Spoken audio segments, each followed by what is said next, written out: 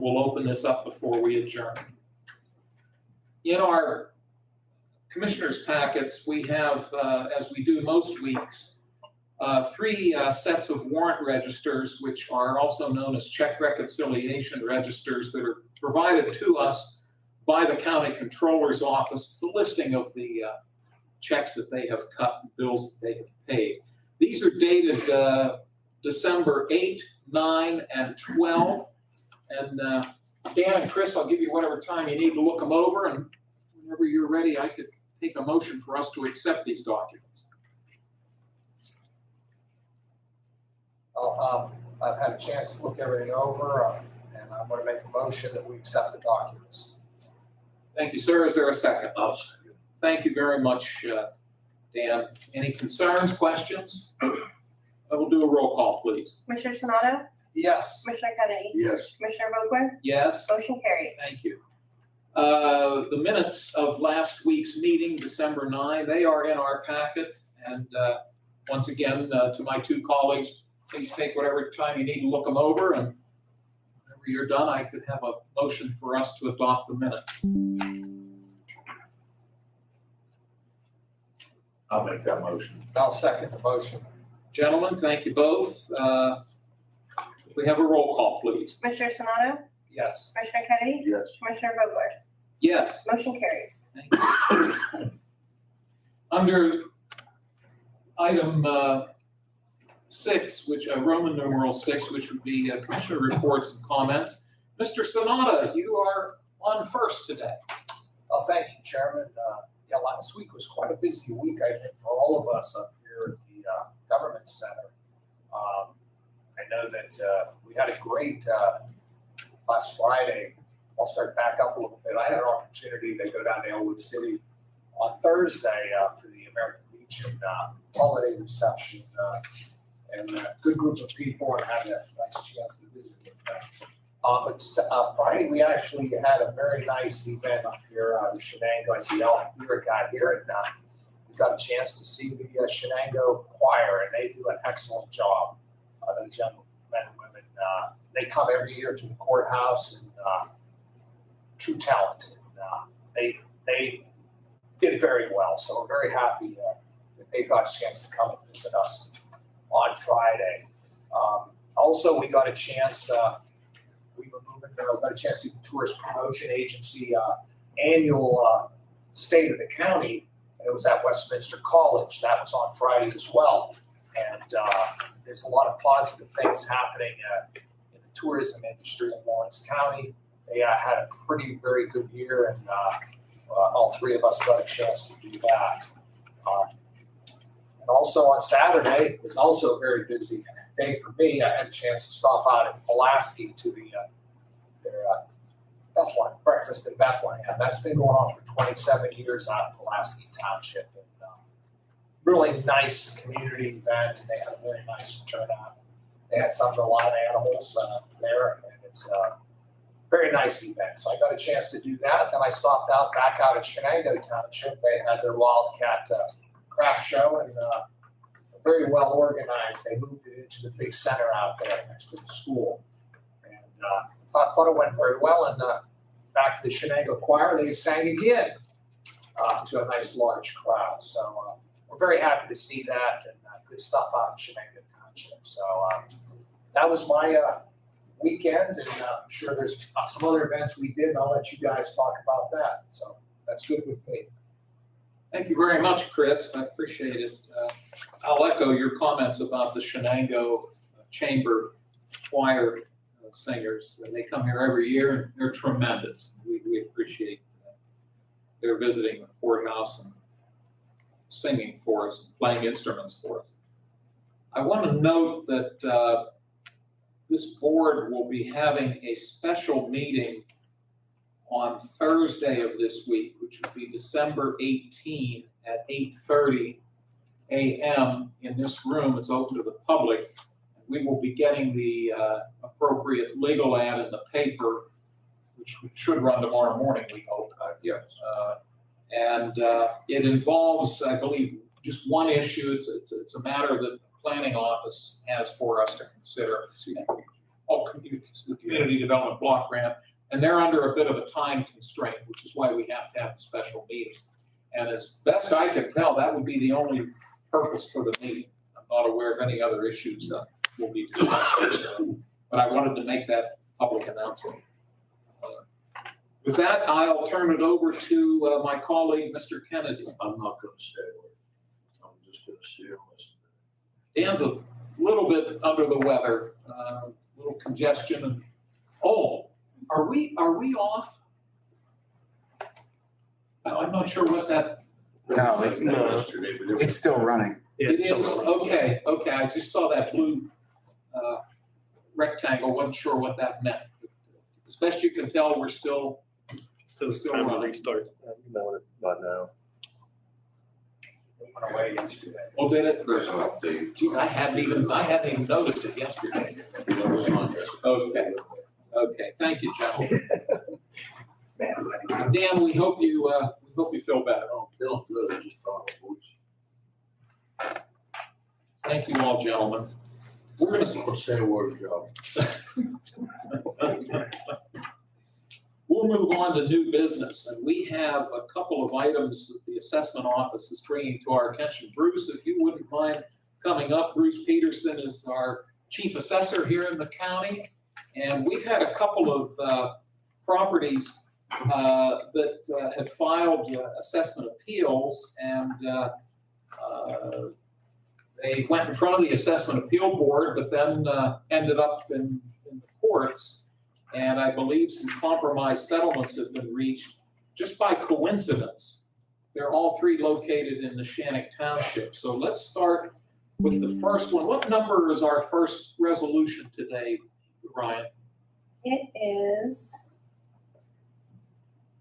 number 394. Thank you so much. The proposed resolution 394, this is a compromise settlement for an assessment for taxable property located at 3208 Wilmington Road, Newcastle 16105, specifically in Neshannock Township. It's parcel number 251435000.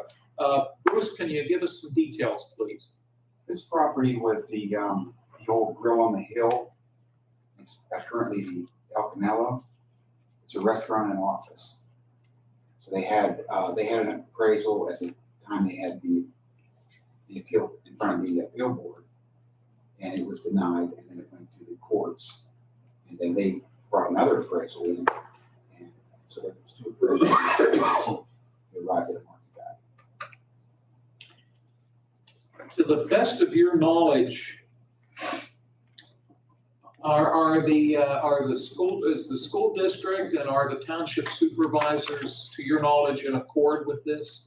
They've all agreed to it. Yes. Okay. They signed off. Good. Thank you for that. I'll see if my colleague, Mr. Kennedy, has any questions. No, sir? Mr. Sonata? No. Okay, so your recommendation, obviously, then would be for us to approve this as well. Is that right, Bruce? That's correct. Okay, thank you. May I have a motion for proposed resolution 394? I'll make the motion. Is there a second? I'll second. Thank you, Dan. Any final concerns? If not, roll call, please. Commissioner Sonato? Yes. Commissioner Kennedy? Yes. Commissioner Vogler? Yes. Motion carries. Thank you. Resolution 395 would be a parcel located at 11 Shenango Road, Newcastle, PA, in the township of Neshannock. It's parcel number 25162-100. Again, make the assumption that this originally went in front of the assessment appeal board. That was denied by the board, and the applicant took it to court, and that's where we're at. This compromise settlement has apparently been reached. But whatever information you can add to that, we'd appreciate. Yeah, both of these properties, during the informal appeals with the board, had a bank appraisal. So that was denied. That was the reason it was denied, because it was done for the purpose of the bank. So they came back and got an appraisal for the courts, and that's how they arrived at this new value. This is the former doctor's office on Shenango Road. And as I asked with the prior resolution, to your knowledge, the school district and the township supervisors are in accord. They've all signed off on this. Thank you. Mr. Sonata, questions for Bruce? No, it's pretty straightforward. Thank you. Mr. Kennedy? May I have a motion for the approval of Resolution 395? I'll second. I thank you both. And if there are no other concerns, we'll ask for a roll call, please. Commissioner Sonato? Yes. Commissioner Kennedy? Yes. Commissioner Vogler? Yes? Motion carries. Thank you. And then finally, proposed Resolution 396 is, my understanding, it's a residential property. Again, in Neshannock Township, specifically at 658 Club Drive, Newcastle 16105. Parcel ID number 25335 And I think this is comparable to the previous two. It's gone to the courts, and the three taxing bodies have reached an agreement with the appellant. Is that correct? That's correct, and they also performed a residential appraisal on this property to arrive at a value. But it was the only residential single-family home that we had an appeal on this year, so. Interesting. Okay.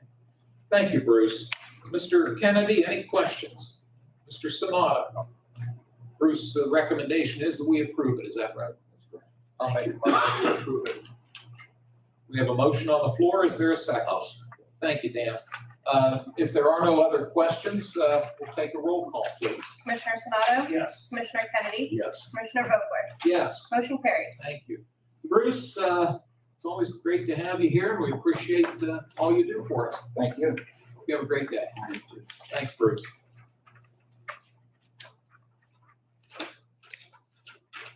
Next item on the agenda would be proposed resolution 397. As most all of you know, back in November, the voters went to the polls and elected 3 new judges. They will be sworn into office in early January. And one of those 3 new judges is our current public defender, Attorney Larry Keith, soon to be Judge Larry Keith. Mr. Keith has submitted a letter to us, to the commissioners, indicating that he intends to resign as the public defender on January 5 of 2026. That's the day he will be sworn in. And he was kind enough to give us sufficient notice of the upcoming vacancy. We asked, and we were given assistance by the, oh my goodness, upstairs, the law librarian, I believe it was. I hope I'm right about that. Was kind enough to send a notice out to all members of the Bar Association in the county that we were accepting letters of interest for the position of public defender.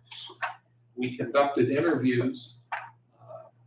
It's very interesting. The public defender, of course, has to be an attorney, and but I think when the legislators in Harrisburg established such a position, they determined that the position has to report to some entity, and obviously it can't be a judge and it can't be the district attorney. So the Commonwealth indicated that it would be the 3 commissioners to whom the public defender reports. 3 of us are not lawyers. We don't go over there and second guess their legal strategies, but we do have oversight of particularly the office budget. And we've enjoyed a good working relationship with Mr. Keith, and we certainly wish him well as he begins a new chapter in his life. We did conduct interviews, and we've reached a consensus in our conversations. And today, with Resolution 397, what we would do is we would hire the new public defender, and he would take the position beginning January 6th of 2026. The person that we'd like to propose for this position is Attorney Joe Oliva, Oliva. Mr. Oliva, Attorney Oliva, is currently an assistant public defender. So we intend to promote from within. I think it's safe to say we were all very impressed with the interview we had with him and with his background and his working knowledge of that office. I anticipate a very seamless transition going forward. Before we take a motion on this proposal, I'm going to see if Mr. Kennedy has any comments. Larry's letter to us, his resignation, January 4th at 11:59 p.m. Oh, I'm sorry. Do we want to be without a public defender for a day? You know, I'm glad you said that. I thought it said 5th, but, 4th.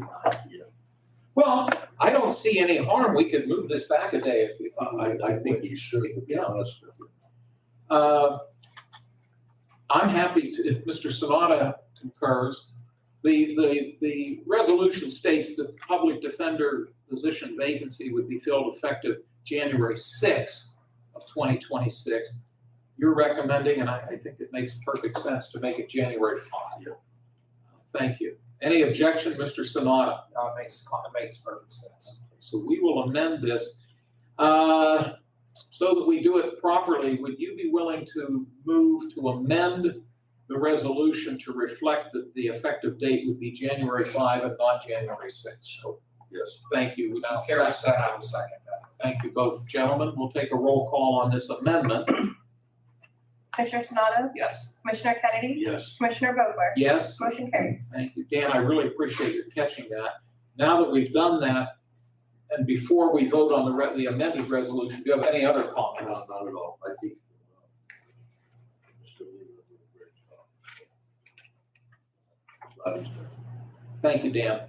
Commissioner Sonata, any comments? I'll just echo both of your comments. He was very impressive in the interview. I know we've been here 2 years, and any time we've dealt with the office, he's been very professional, and I think that it will be a very smooth transition. I know that a gentleman like Keith ran a very good office there, and I think Mr. Leva will continue that tradition, and I feel very comfortable with our decision to hire him. So. Thank you so much. May I have a motion for proposed amended resolution 397? I make a motion to accept the resolution. Thank you both gentlemen. If there are no other comments, we'll take a roll call. Commissioner Sonato? Yes. Commissioner Kennedy? Yes. Commissioner Vogler? Yes, Motion carries. thank you. We congratulate Attorney Oliva, and we're very confident that he will continue the professionalism that exists in that office. Dan, thank you again for catching that. Proposed resolution 398 comes to us from our Public Safety Department, and Chad Strobel, the director of the department, is with us this morning. Good morning, Chad. Good morning. You want to talk about the statewide interconnectivity funding grant agreement. Please fill us in. Yes, this resolution to consider entering an agreement with FEMA Commonwealth of Pennsylvania to accept funding from the 15% funds as part of the 911 funding for the state. Again, FEMA collects funding from phone users. Every phone line, communication line is charged $1.95 a month. That goes into a pot where 83% goes towards the standard operations of the PSAPs and 911 centers. And then there's 1 or 2% that goes to the Commonwealth to administer the program. And there's 15% left over, which we can apply for to enhance our systems and better serve the public from the 911 PSAP part. This will be to accept $111,104.57 to support the projects of the shared recorder, which we share with Butler County, total of $12,584 for our portion of the I-Corps master site maintenance. The I-Corps system is our shared radio system, which we share with 10 other counties. $25,000 for the next generation 911 GIS post-migration project, and that's just paying our portion of what we owe for 911 service through next generation 911 system the state hosts. And then $8,589.60 for our West Core EZNet maintenance. West Core is the shared phone system and shared network, which crosses the 14 counties, part of Region 13. We have backups to everything. So this will be for the 2026 year to pay our portion of those technologies and those systems through funding from the 15% fund to the state. And you're recommending that we approve this proposal, is that right? I am, sir. Okay, thank you. And am I also correct, you use the acronym PSAPs based on the resolution, I believe that stands for Public Safety Answering Points. Correct. Am I right? Yes. Okay, thank you. Let me see if Commissioner Sanada has any questions. Pretty straightforward. Thank you, Chris. Dan, any questions for Chad? I'm good. Chad, thank you for staying on top of this. Greatly appreciate it. And that all being said, could I have a motion for Resolution 398? I'll make that motion. I'll second the motion. Thank you, gentlemen. If there are no other concerns, we'll ask Ryan to call the roll, please. Commissioner Sanada? Yes. Commissioner Kennedy? Yes. Commissioner Vogler? Yes, Motion carries. thank you so very much. And Chad, great to see you. Yep. Thanks for coming in. All of us will be back shortly with each. Yes, is that going to be here in this room? Correct, yeah. What time are they planning to start? Afternoon. Oh, okay, we're fine then. We'll be here all day tomorrow. Okay, great, thank you. You're welcome. Next on the agenda, Children and Youth Services, this is Resolution 399, and Donald Andrews is with us today. Good morning, Donald. Good morning. Everything well? Yes. That's good to hear. Well, what do you have for us today? So we have a proposed contract with LEFCON LLC, which is a cybersecurity and support company. They're located in Harmony, PA. This is something I believe our director has been looking into. It is written into our state budget, our Act 148. It's going to be pulled from the Internet Technology Grant.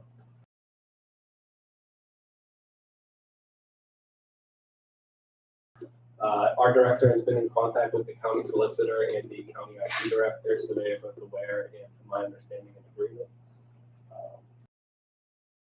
Yeah, that's about it. So this, if I'm reading thank you for giving us this information, and this would take effect on January 1, and it'd be a one-year contract. Total cost would not exceed $37,288.88. But if I heard you correctly, the Commonwealth provides the funding for this. But I think you said that at the outset. The Commonwealth, it is written into our state budget. I believe there is a breakdown between state share and county share. Maybe 80-20 or 90-10 possibly. I know I wouldn't expect you to know that. I believe the Act 148 is 100% covered. Yeah, That portion of it. I'm not exactly sure of the breakdown itself, but I know it is pulled from the state budget, and then I believe there is a county share. Okay. And it's a protected critical incident from being basically hacked or otherwise Yes. taken, yes. So it's a security undertaking, which you can never have enough of, I guess. Right. Donald, thank you. I'm going to see if Mr. Kennedy has any questions. You have to do it anymore. That's true. Very true. Thank you, Dan. Mr. Sanada, any questions for Donald? No. Okay. This is proposed resolution 399. May I have a motion? I'll make the motion. I'll second. Thank you, gentlemen. Take a roll call, please. Commissioner Sanada? Yes. Commissioner Kennedy? Yes. Commissioner Vogler? Yes. Motion carries. Thank you. Donald, always good to see you. Thank you. And if we happen not to see you, have a Merry Christmas. You and yours. Take care. Thank you.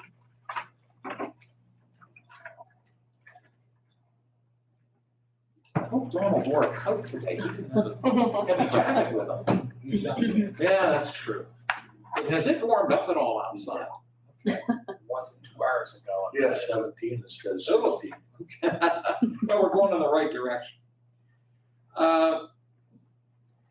We have a special visitor today from the organization known as Arise. Stephanie Benencase is with us. And Stephanie, would you mind coming up to the seat? And thank you for being here today. My pleasure. Tell us your title. I know it, but I forgot. What's your title up at Arise? No problem. I'm the Chief Operating Officer. Okay, that's great. So you're the go-to person. Seems that way. We had been contacted by Nicole Amabile, who is the executive director at Arise. And my understanding is, and I'm going to let you give us all the specifics, Sure. Stephanie, but it looks like you're hoping to apply for a grant, and in order to do so, it involves the county. So would you mind giving us a little bit of information, please? Absolutely. So I'm here today to request your support and partnership in applying for a $500,000 direct award from the Department of Justice. Earlier this year, Arise, in partnership with the Newcastle Police Department and the Lawrence County District Attorney's Office, made an application for the Office on Violence Against Women's Criminal Justice Response Grant Program. We learned last week that we needed to also partner with a unit of local government to apply for this funding. The good news is they reached out later in the process, so we are in serious consideration for this award.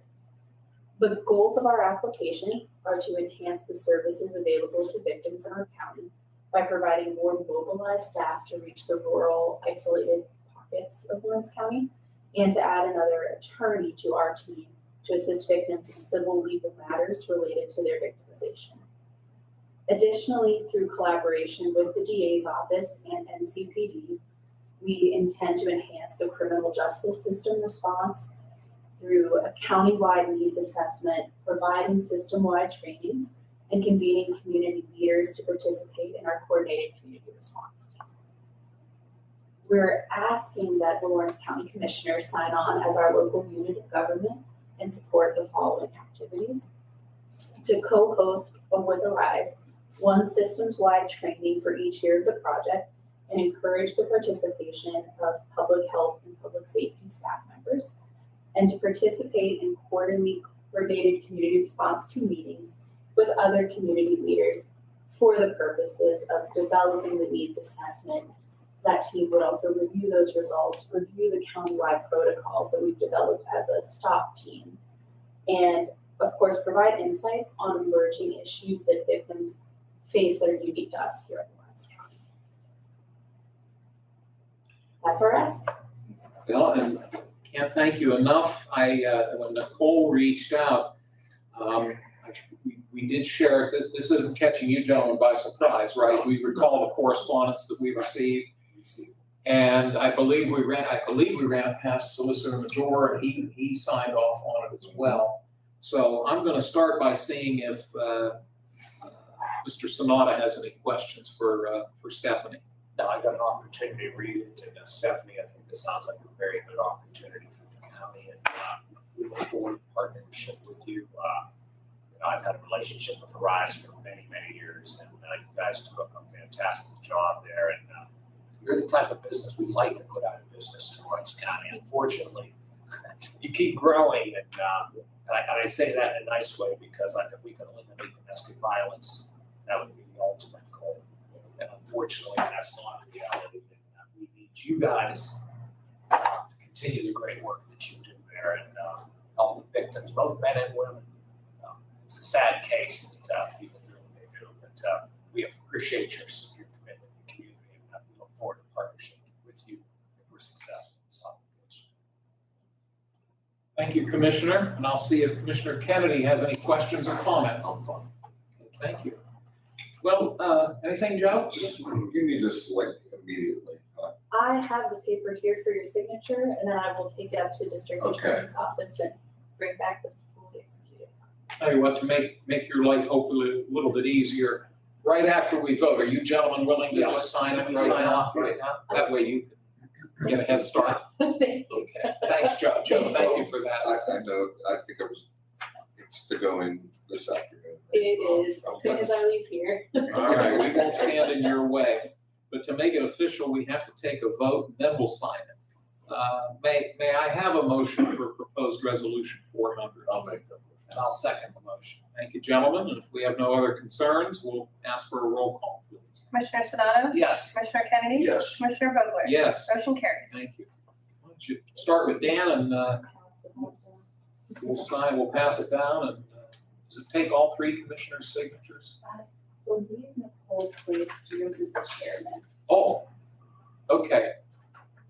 Are you on there, Dan? No, Okay, sometimes all three of us sign and sometimes just the chair signs. Sure.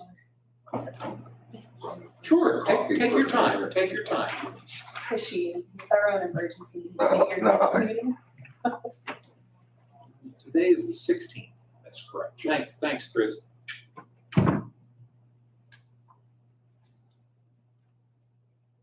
Yeah, so yeah, you, Mr. Lamancusa, and it looks like you're able to go. Yes, sir. On a personal note, your grandparents would be very proud of you. Thank you very much. Yes, ma'am. You did. We took the vote, right? We're good to go. So Joe will be bringing in a copy for you. We have to sign a resolution. No, just That's not the one, chair. Okay, just, Well, for that document, for the who is- Joe. Joe will sign the Yeah. resolution. Okay, that's not one that goes upstairs. I guess not. Okay. Since we've done it that way. Okay. So we'll make sure she doesn't have to come back. Right. Not that we don't want you coming back, but I need a lot around it. Thank you. Appreciate that. Thank you very much. Thanks, Stephanie. Thank And you're welcome to stay, but it sounds like you've got some other work ahead of you, so please don't let us hold you up. Thank you very much. Yes, ma'am. Thanks for coming up. Next on the agenda would be proposed resolution 400, and with us to discuss it is the Shenango Township Manager. Did I get that right now? You did. Okay, thank you. Al Burek, and Al, thank you for your patience this morning. I Absolutely. appreciate your sticking around for this. This would be resolution 401, and this, I think, is a very positive step from the standpoint of economic development, specifically for the township of Shenango, but anytime they benefit, the whole county benefits. So it involves a LERTA, which stands for Local Economic Revitalization Tax Assistance. And if you don't mind, Al, I'll turn it over to you, and you can give us some of the specifics, if you could, please. Sure. So this would be renewing a former LERTA that we already had. So in 2014, the township, the county, and the school district passed a LERTA for the 422 Route 65 corridors. And that was to entice Portersville Valve to move into the township. In 2016, we extended another LERTA to the industrial park, which allowed for New York Blower to do their expansion, and then eventually now Burner to do their expansion. So those have expired. They were only good for 5 years, and this is another 5-year LERTA as well. So this is for the Route 65, 422 corridor, and the Shenango Industrial Park, and it's for we have 4 proposals from manufacturing to retail on the 422 and Route 65 corridors that this might be able to turn in the township's direction. Thank you, and my understanding is that in order for this to be, to take effect, that you need all 3 taxing bodies, and my understanding is the supervisors have approved it, and I believe that the Shenango School District has Yeah, the approved school district approved it in the beginning of November, and the township approved it last week after our required advertisement period. Just out of curiosity, the 65 corridor, how far south would that go? So it would go to the county home property. Okay. And the 422, would it be all the way out to the Slippery Rock Township Yes, line? 388, the back to flow line. Gotcha. Okay, thank you. I'm going to turn it over to Mr. Kennedy, and I know he's had we've all been interested in it, but with his role on the Forward Lawrence Board, I know he's particularly interested in this. So, Dan, questions or comments? The only comment I got is 2 years ago when Chris and I got elected here, Shenango Township was going the opposite direction. Today, we're proud of the guys out there. They did a great job. But just look at the plaza. Makes a world of difference. When we were out there for the recent opening of the home farm or the farm store, it's a nice store. I've been out there twice since. We thank you guys. It's been hard work, but you're starting to see it pay off. Yes, we are. Good job. Thank you, Dan. Commissioner Sanada? I just echo Commissioner Kennedy's comments. I think that you're seeing some positive things. If this LERTA can help, and I think I like the type of LERTA that Shenango's doing. They say a small LERTA with 180, 7 or 60, 40, 20.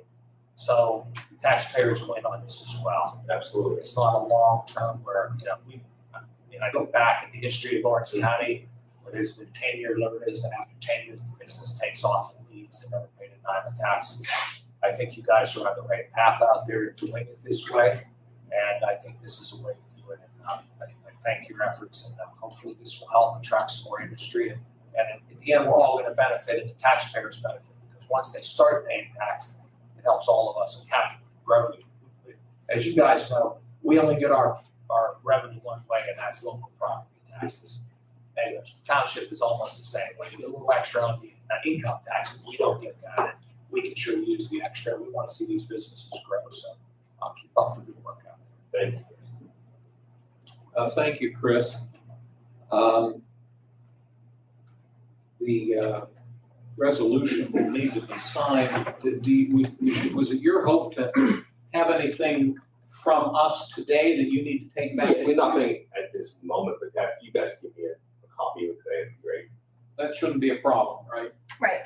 Okay. And you're here, we have enough time to get your signature. Yeah, I'll sign it right after the meeting. Okay, great. This is proposed resolution 401. As noted, this would establish the same tax exemption district in accordance with the Lerba Law and Shenango Township Ordinance 4 of 2025. And as was noted, it's, I hope I'm using the right phrase, it's a graduated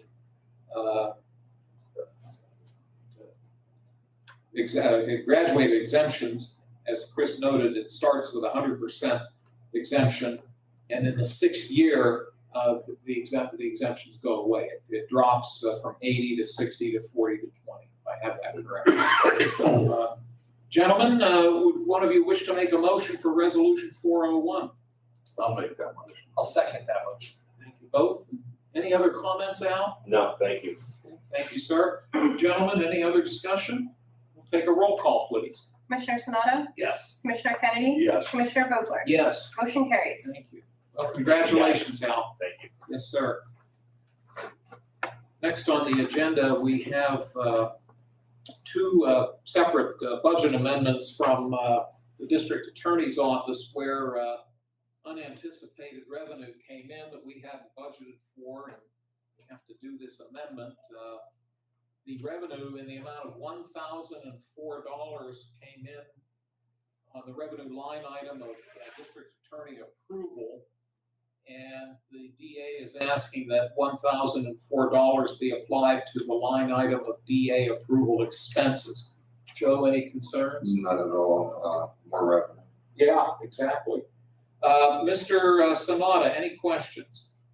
Pretty straightforward. Okay, thank you. Mr. Kennedy? None.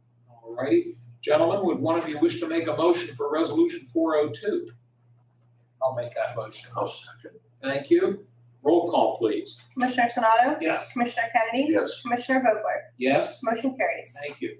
Also from the district attorney's office, they have received unbudgeted revenue in the amount of $9,000 from the Drug Enforcement Agency / Task Force Officers Revenue Fund account.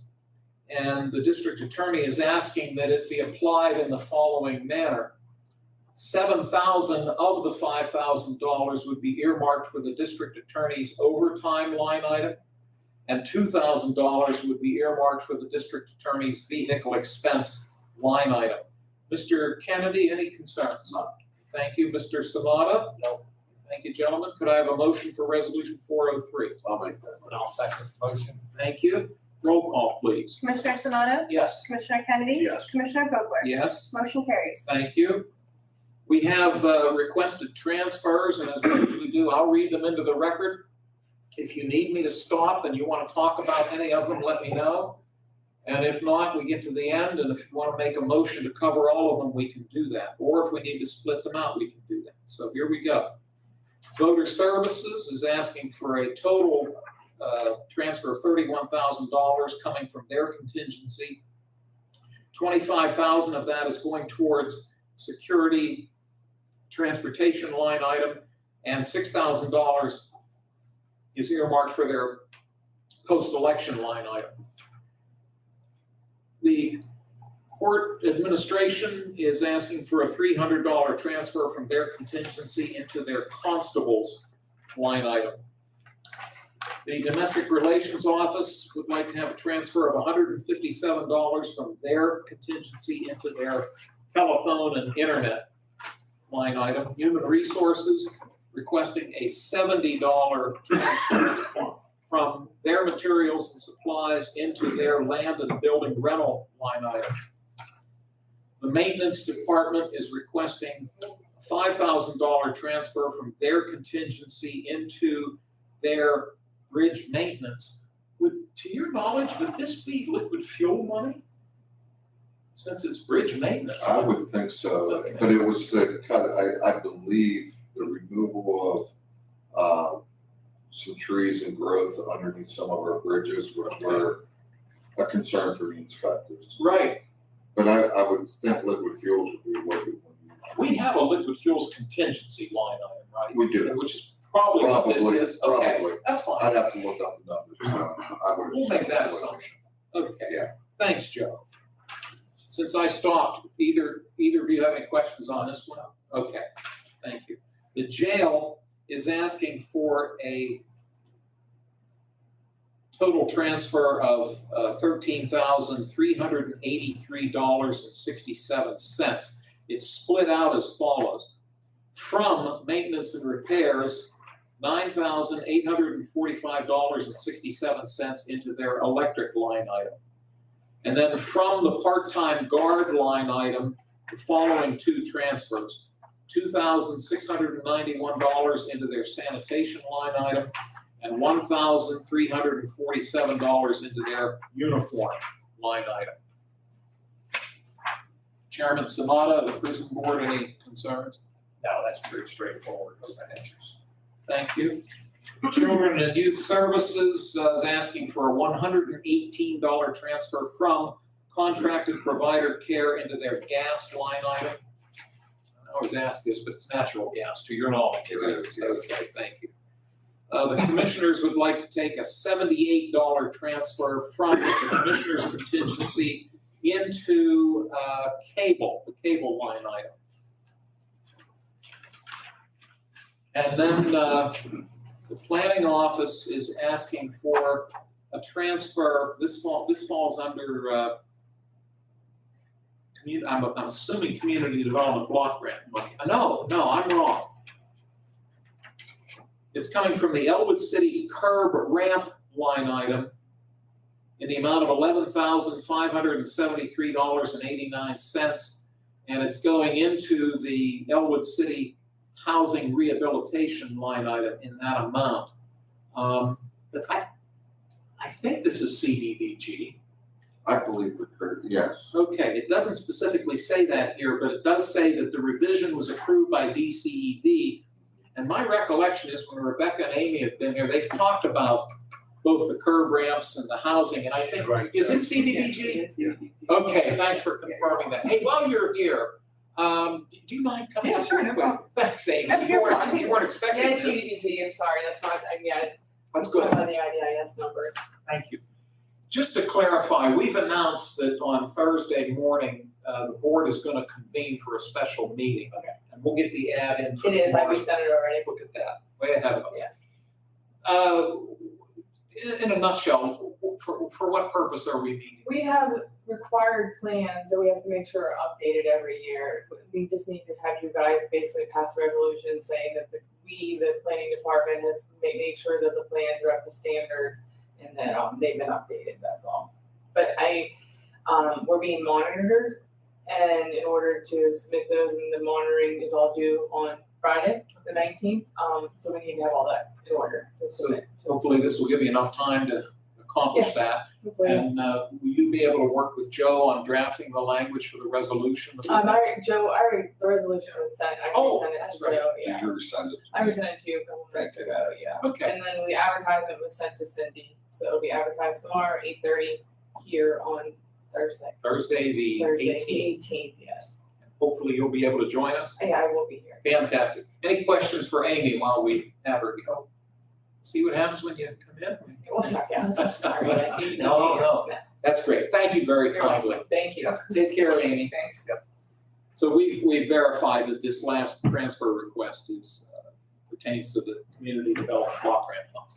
Those are the requested transfers, gentlemen. Dan, any questions on any of them? None at all. Thank you. Chris? No. Okay. Would one of you wish to make a motion for us to approve all of the transfers? I'll make a motion. And I'll second. Thank you both. We'll take a roll call, please. Commissioner Sonato? Yes. Commissioner Kennedy? Yes. Commissioner Vogler? Yes? Motion carries. Thank you. We jump down to announcements. This board, as you've just heard, we will have a special meeting Thursday, December 18 at 8:30 a.m. in this room. It's open to the public. The purpose of the meeting is to address a matter involving the Lawrence County Planning Office report that they need to have into the, I believe, the Commonwealth by the end of the work week. We will also have our regular commissioners meeting 1 week from today, Tuesday, December 23 at 10 a.m. in this room, open to the public.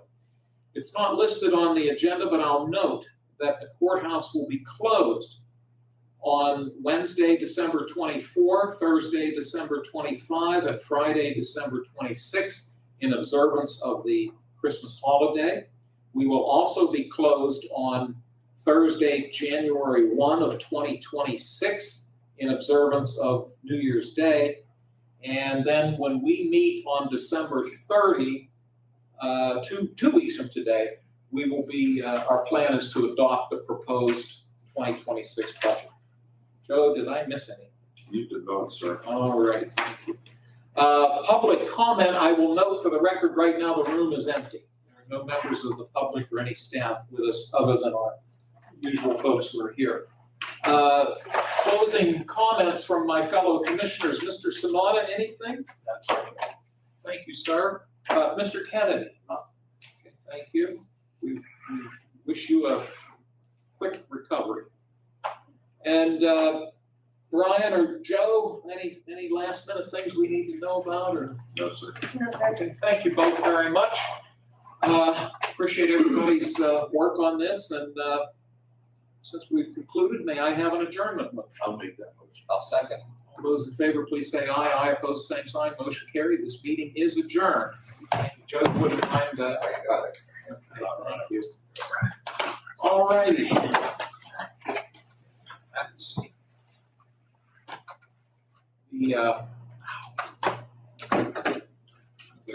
the turn off.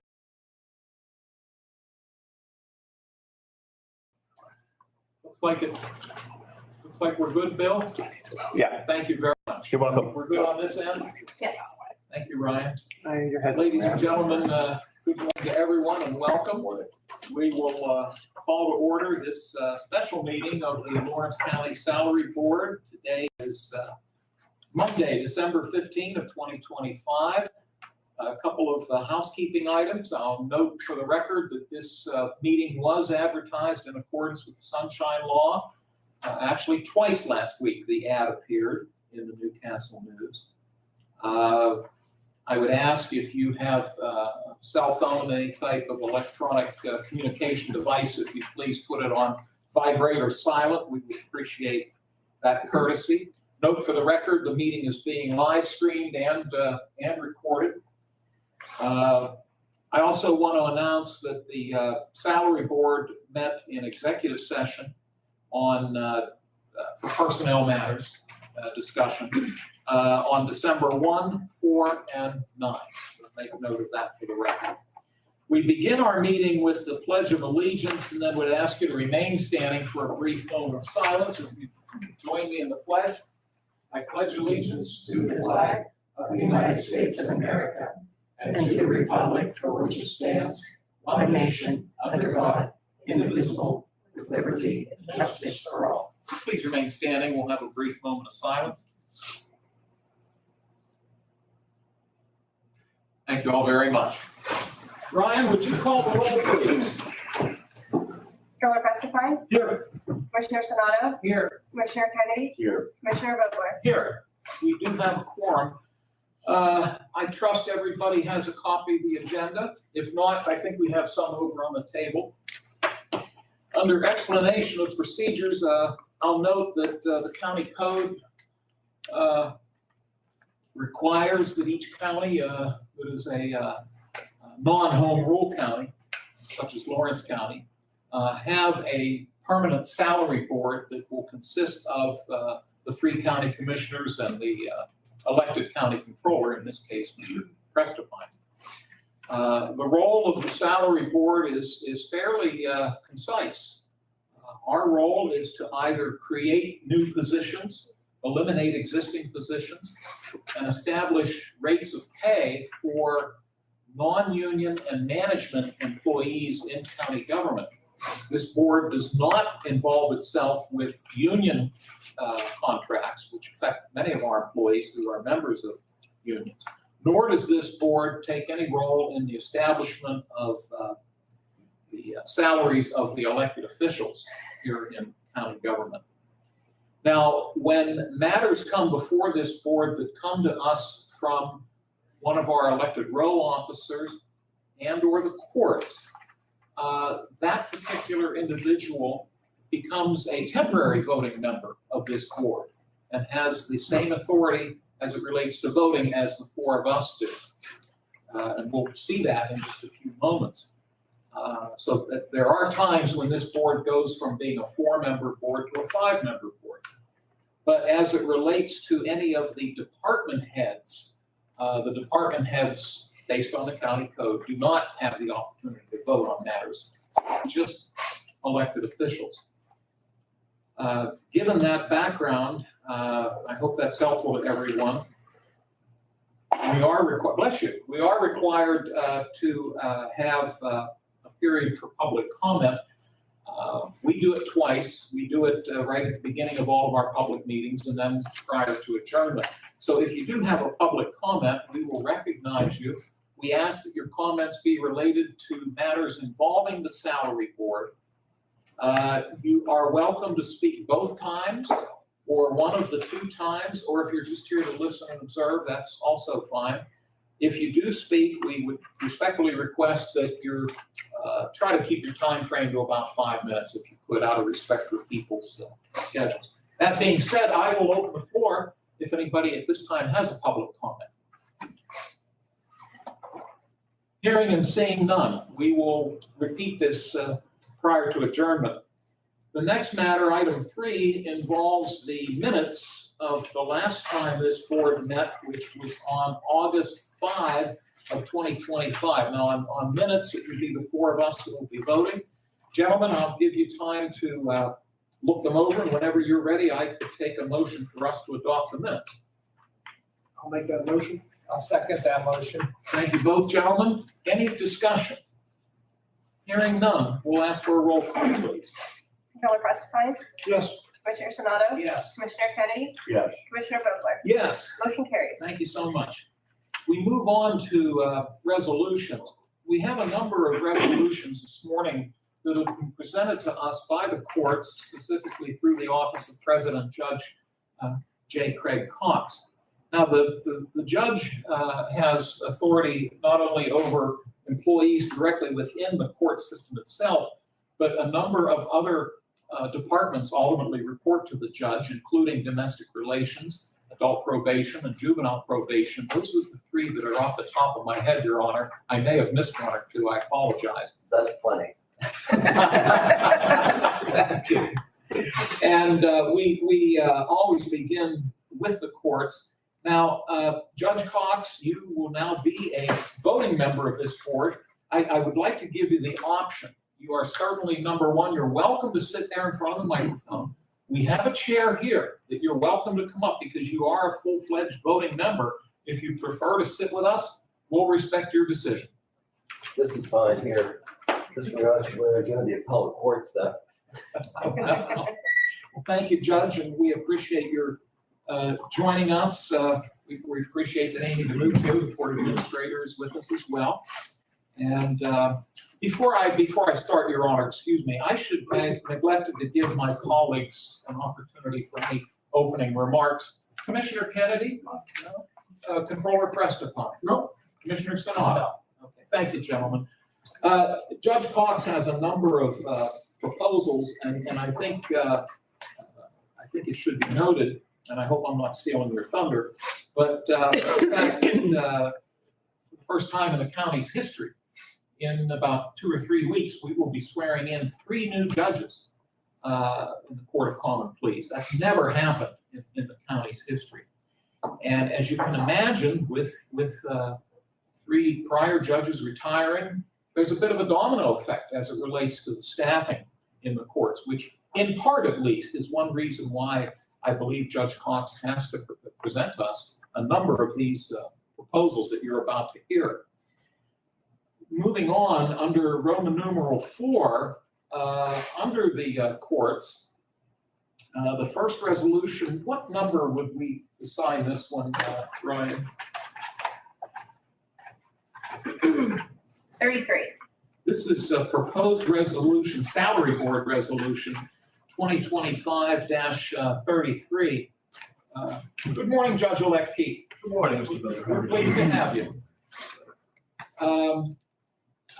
And this proposal involves a part-time law clerk position, the creation of a part-time law clerk position at a rate of $20 per hour. And if Judge Cox is so willing, I'm sure he will give the reasons for the need for this position. Your Honor, I'll turn it over to you. Thank you. This creates a new part-time law clerk position, but does not involve hiring any additional law clerk. Under the rules of judicial administration, a senior judge is entitled to a law clerk. We have to provide them one. The AOTC, the Administrative Office of Pennsylvania Courts, also provides a stipend of $20 per hour for that law clerk. What we were planning on doing is the current law clerks, when they do work for a senior judge, Judge Marta comes back on occasion.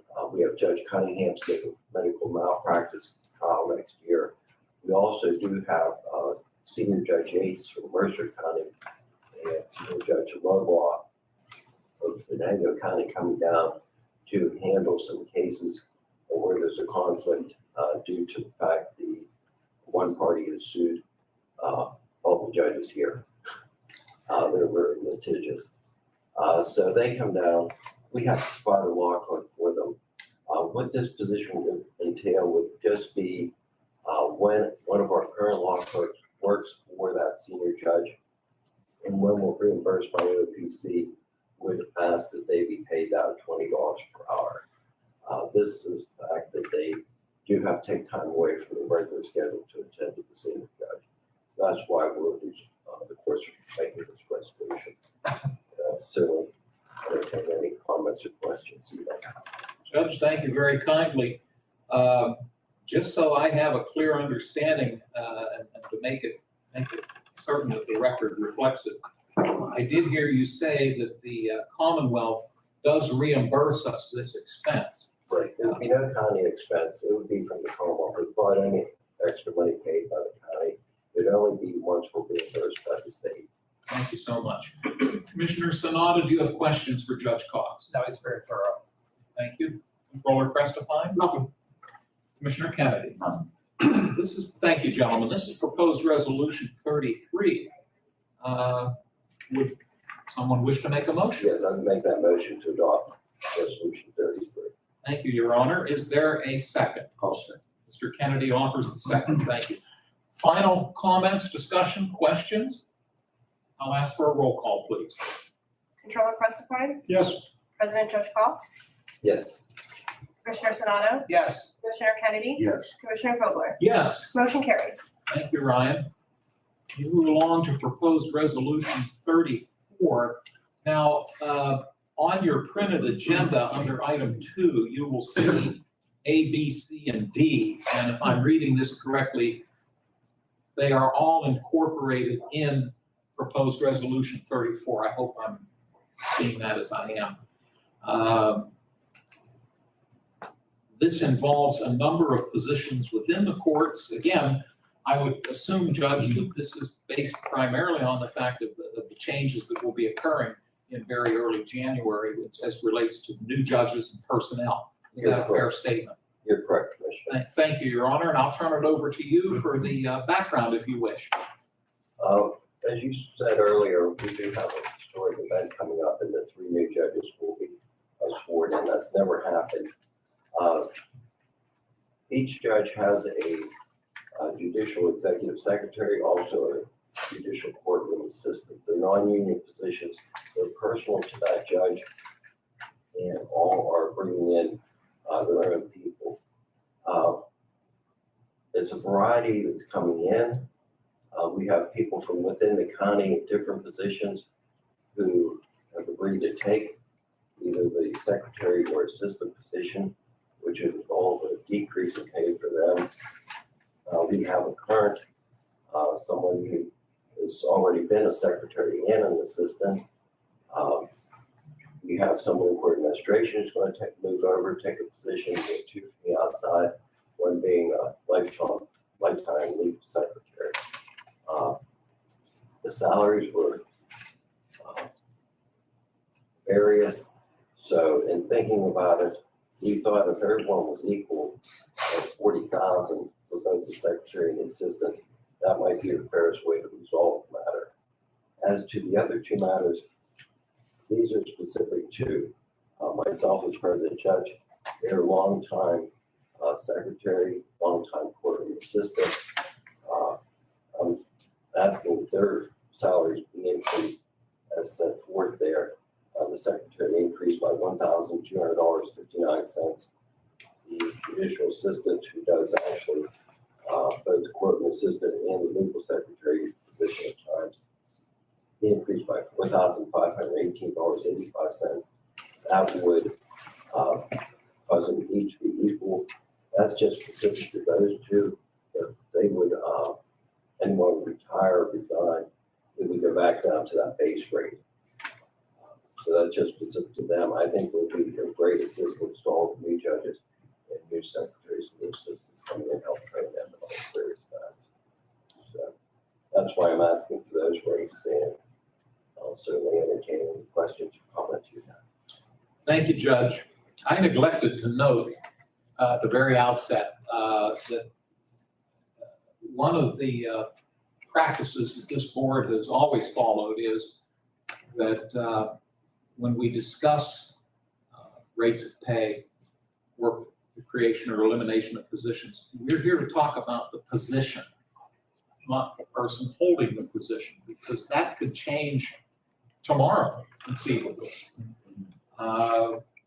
And so as a rule, we don't talk about the person holding the position. We don't name the names because, again, that's subject to change at any time. We're here to discuss the positions. So I apologize that I didn't say that at the outset, and I appreciate, Judge, that you did not mention any names at this point. So thank you for that. The other thing I'll note is that the figures that the Judge Cox, President Judge Cox spelled out are listed in the salary board resolution, and the 5th bullet point notes that these changes, these salary changes will take effect on January 1 of 2026 and would not include a cost of living adjustment. Our expectation is based upon the budget that we have introduced for next year that we anticipate adopting between Christmas and New Year's. That budget anticipates a 3% cost of living adjustment for all non-union and management personnel.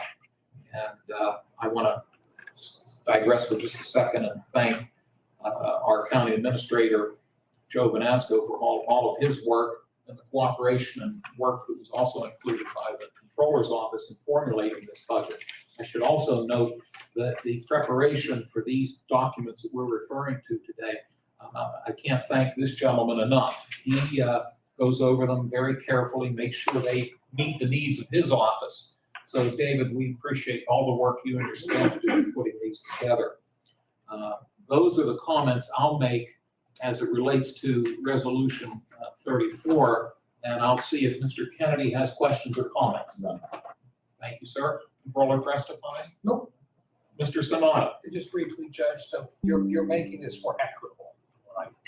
Yes. You're gonna have a standard rate, and someone comes in, they know what the salary, so it's not over all over the board. No, correct. I want to commend you for that. I think, for the last 2 years, when we've been looking at things, I know last year we made some changes where we made things try to be equal across the board, and people came in to try to, change sometimes the inequities over the years. And I'm very pleased to see that you're doing that at the judicial level. And the goal is to be fair, and everyone will know, what that starting salary is going to be. Thank you. Thank you, Judge. Thank you, gentlemen. A motion at this time would be in order. I'll make the motion. Oh, I'm sorry. You go ahead. Have I'll make the motion.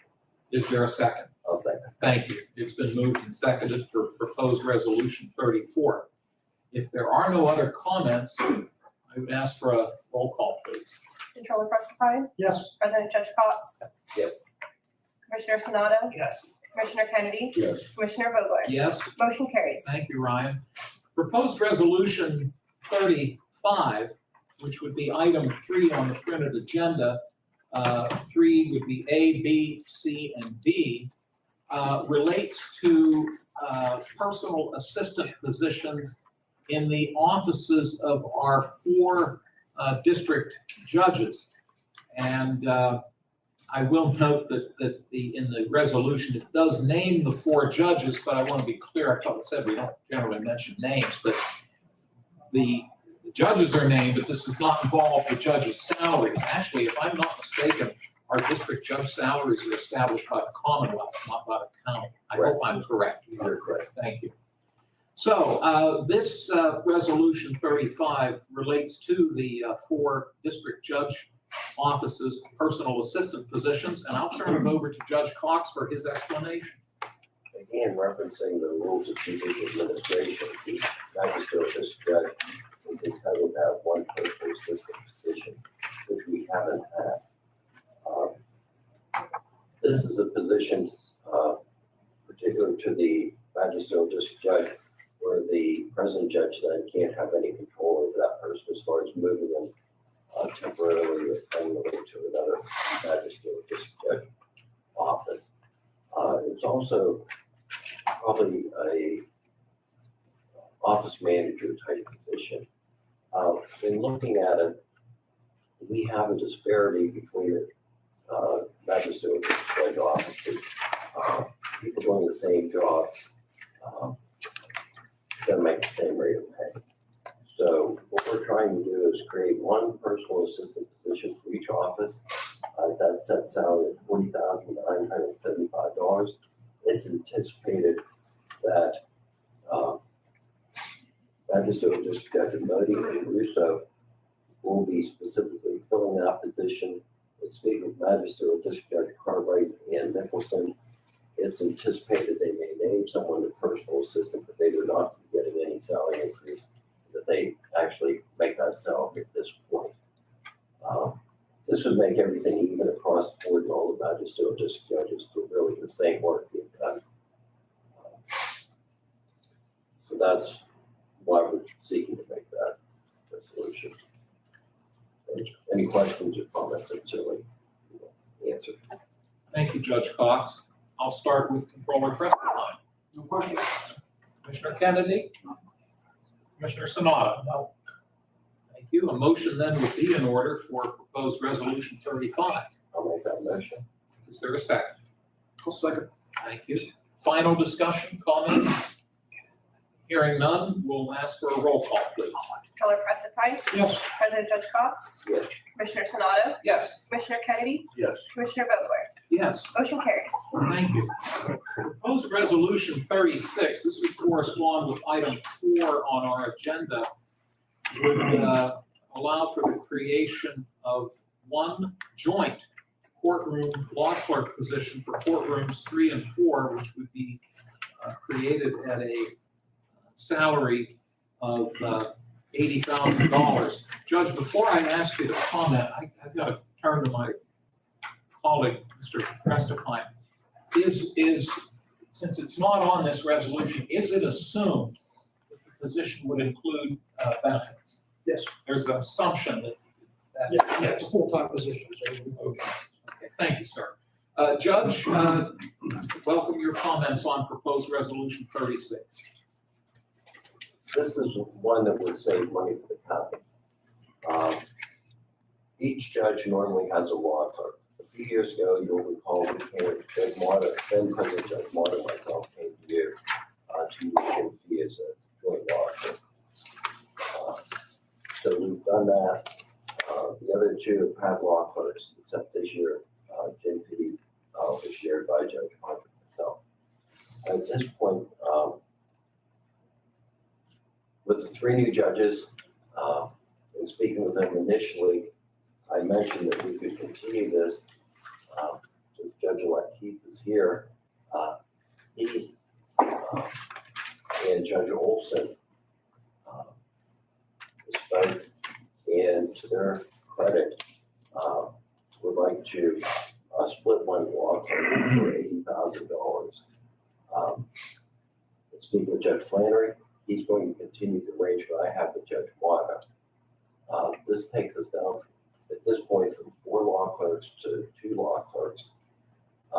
The base rate for a law clerk is $55,000 plus benefits. This, my calculation, the current law clerk for quarterly 4, which is quarterly 3 and 4. My calculations is I think like an $18,000 raise from him. Take $18,000 from 55, that's $37,000 savings for the county plus the benefits. I think it's significant savings for the county, and also I give a lot of credit for the new judges coming in, if they're willing to work in this manner to try to save the county money. So if there's any questions, I'll have to answer them. Thank you, Judge. I would concur. I think it's very commendable the courts, the incoming judges in consultation with the president judge have reached this conclusion. It is a significant cost savings because not only are you saving on the salary, but also the benefits as well. If you factor that in, the difference between 4 law clerks versus 2 law clerks. I'm not at all well versed in what goes on in other counties. I'll make an assumption that this is maybe rare, that perhaps there may be a few counties that do it this way, but I would have to guess that in a lot of counties, each judge has his or her own law clerk, but I don't know that. That's correct. Thank you. They usually do. Thank you. So again, our sincere thanks to you and the incoming judges for their consideration as it relates to this matter. I'll ask Commissioner Sanada if he has any questions. I'll just emphasize what you said, Chairman and Judge Cox, and to our 3 new incoming judges. I think this shows their commitment to their county and what you're doing as far as trying to equalize salaries, to be fiscally responsible. I think that speaks volumes to you and our 3 incoming judges. So I know it's worked well with the way you've been operating it. Judge Mono over time. And just thank you. I think this is a great idea. Thank you. Thank you, Chris. Mr. Prestapine? Thank you. Mr. Kennedy? Thank you. If there are no other concerns, I could entertain a motion for approval of Resolution 36. I'll make that motion. Thank you, Judge. Is there a second? I'll second. Thank you, Mr. Kennedy. Final concerns? Hearing none, roll call, please. Controller Prestapine? Yes. President Judge Cox? Yes. Commissioner Sonato? Yes. Commissioner Kennedy? Yes. Commissioner Vogler? Yes. Motion carries. Thank you. And I believe this is the final proposal from the courts at this time, if I'm not mistaken. This is proposed resolution 37, which would be item 5 on your printed agenda. This would allow for the creation of an assistant central court director position at a base salary of $40,975. And once again, as Mr. Prestapine noted, the assumption is based on it being a full-time position, that benefits would be included. Judge, I'll turn it over to you for the background on this, please. This is similar to what the magisterial district judges. We do have a central court with a director. This would create the assistant central court director position. This does not involve hiring someone else. This would just be a move from one position to another, so it does involve additional personnel being hired. Creates the assistant position so that when the directors are there, that they can handle all the matters that come before the central court and everything. It'd be the same base salary as the other ones, the magistrate judges. Judge, thank you. Before I turn it over, Joe, and I'm directing my question to Mr. Vanasco, our county administrator. Everything we've discussed so far, you were made aware of these possible approvals. And you factored them in as you formulated the budget, and this is all, it's all factored in, I would Yeah, assume. it's all factored in either salary line item, benefits line item, or under the contingency line item. So any of the three. Well, and I'll add a fourth, and that would be the reduction in expenses that Sure. we're seeing in at least one of these Absolutely. proposals. So you factored that all. Absolutely, yeah, it's all factored in. Thank you, Joe, very much. Mr. Kennedy, do you have questions? No. Mr. Prestipine? No. Mr. Sonata? No. Gentlemen, thank you. Would someone wish to make a motion for proposed resolution 37? I'll make that motion. Thank you, Judge. Is there a second? I'll second the motion. Thank you, Mr. Sonata. Roll call, please. Controller Prestipine? Yes. President Judge Cox? Yes. Commissioner Sonato? Yes. Commissioner Kennedy? Yes. Commissioner Vogler? Yes. Motion carries. Thank you. Judge and Amy, we thank you both very, very much. You are welcome to stay, but we understand how very busy you are, and you're free, of course, to depart. But we appreciate the working relationship we've enjoyed with you as president, Judge, over the past year, and we look forward to that continuing. I appreciate the relationship we've had, and also with Joe Vanasco. Amy and I come down and see him quite frequently and discuss matters with him. We appreciate the open door that commissioners have with the courts. Appreciate it. Thank you, Your Honor. Thank you. Amy, thank you. Wish you both a good day.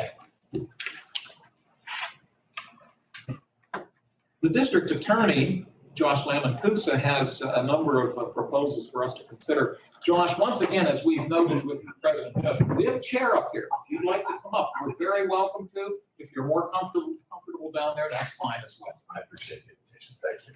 And we appreciate your joining us. This would be item 6 on your agenda if you're following along, 6A and 6B. And this would be proposed resolution 38, and this involves the detective department under the jurisdiction of the district attorney. And I want to reiterate, Mr. Lamancusa right now is a full-fledged voting member of this board. He will have a vote on matters relating to his office. So with that, Mr. Lamancusa, I'll turn it over to you. Thank you, sir. This resolution focuses on the chief of the Detective Bureau for the Lawrence County District Attorney's Office. When the individual in that position became the chief, he was then removed from the unit, which means he was removed from the collective bargaining agreement negotiations that were performed with the county. The county signed the CBA with the detectives union on June 1st of 2025. Within that collective bargaining agreement, it did not contemplate the impact that it would have on the chief of police, because it shouldn't be contemplated because the chief is not within the collective bargaining unit. However, there does exist what's called the Chiefs Act. And what the Chiefs Act states is that any benefit that the highest ranking individual receives pursuant to collective bargaining agreement with the union, they themselves are entitled to it. So in this particular case, the resolution is calling for requesting a $7,500 increase to the chief of police, which is predicated upon the collective bargaining agreement that was signed back in June of 2025. In addition to that, according to the Chiefs Act, the individual in that position is also entitled to any other benefits that are part of the contract. And what I'm specifically referring to in this case is the stipend in Article 7, Section 4 of the CBA. That is the entirety of the salary board resolution, which is requesting the $7,500 increase, the stipend in accordance with the CBA, and also that the effective date of the changes goes back to June 1st, 2025. All of this is based upon the Chiefs Act. Thank you so much for your explanation. Just a minor clarification to help me out a little bit. use the phrase chief of police. Is that interchangeable with chief of detectives? Are they one It and the is, same? and that's my mistake. It's, the police is general term. Law enforcement officer, he is the chief of the policing department or law enforcement department. So yeah, they can be used. Okay. Because the wording of the resolution does say the chief detective. So that is accurate? That is accurate, yes, sir. Thank you so much. Let me see if Mr. Sanada has any questions. Mr. Prestipine? Nope. Mr. Kennedy? A motion then would be in order for proposed resolution 38. I will make that motion. I thank you. Is there a second? I'll second. Thank you, Mr. Kennedy. Final concerns, questions, discussion? Hearing none, we'll ask Ryan to call the roll, please. Controller Prestipine? Yes. District Attorney Levacusa? Yes. Commissioner Sonato? Yes. Commissioner Kennedy? Yes. Commissioner Vogler? Yes. Motion carries. Thank you. Proposed resolution 39, that corresponds with item 7 on the agenda. A, B, C, D, and E. And this involves the assistant district attorney positions that fall under the jurisdiction of the elected district attorney. This again is proposed resolution 39, and I'll ask Mr. Lamancusa to give us some background, please. Thank you, sir. This is part of the domino effect that we refer to with the courts. One of the assistant district attorneys is now going to be a judge and sworn in on January 5th. As a result, I have to reorganize my office, which means moving people into different areas of responsibility, performing different duties. The changes or the moves that are occurring within the district attorney's office, they are just already created positions. There will be no overall increase. In fact, there's an actual decrease in the amount of money, the amount of $3,255.88. I'm just moving people from an ADA position to an additional or to a different ADA position. The county has previously identified the individuals and then assigned them ADA 1, ADA 2. When I say ADA, I'm saying assistant district attorney, and it's enumerated 1 through 6. With the vacancy created by Judge Flannery, I am now moving everyone into different ADA positions, which necessitates the salary board because it does affect salary. So you'll have one less ADA, is that my understanding? Well, we will have a vacancy.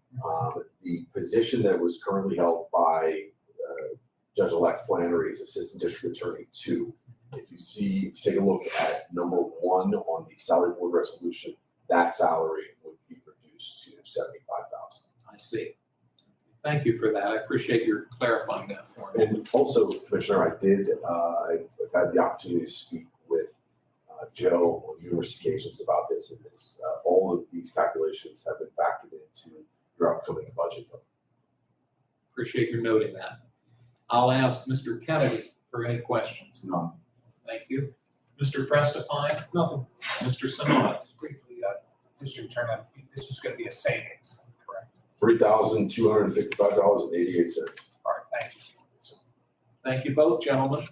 This is proposed resolution 39. A motion at this time would be in order. So moved. I thank you. Is there a second? Also, thank you, David. If there are no other concerns, we will ask for a roll call.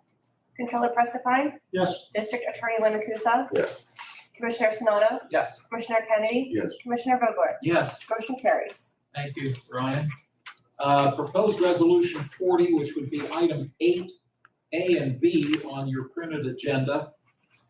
This again falls under the jurisdiction of the district attorney's office and involves a detective position. And I'll turn it over to Mr. Lamancusa for his information for us, please.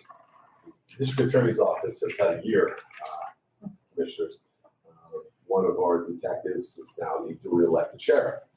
And as a result, there's a vacancy created. He held a captain position with the district attorney's office. What I am seeking via this salary board resolution is to create a new detective position, and the captain position would remain unfilled. Obviously, the salary afforded to a captain is higher than the salary afforded to a starting detective. And the creation of this position, and the subsequent vacancy of the captain position, will lead to a cost savings for the county of $7,500. That is the difference in pay between the captain position and the detective position. That is the entirety of the salary board resolution. Thank you very much for the background on that. Mr. Prestipine, do you have questions? No, not a question, just wanted to point out that that's a union position, so the salary is based on the contract, we're not setting that salary.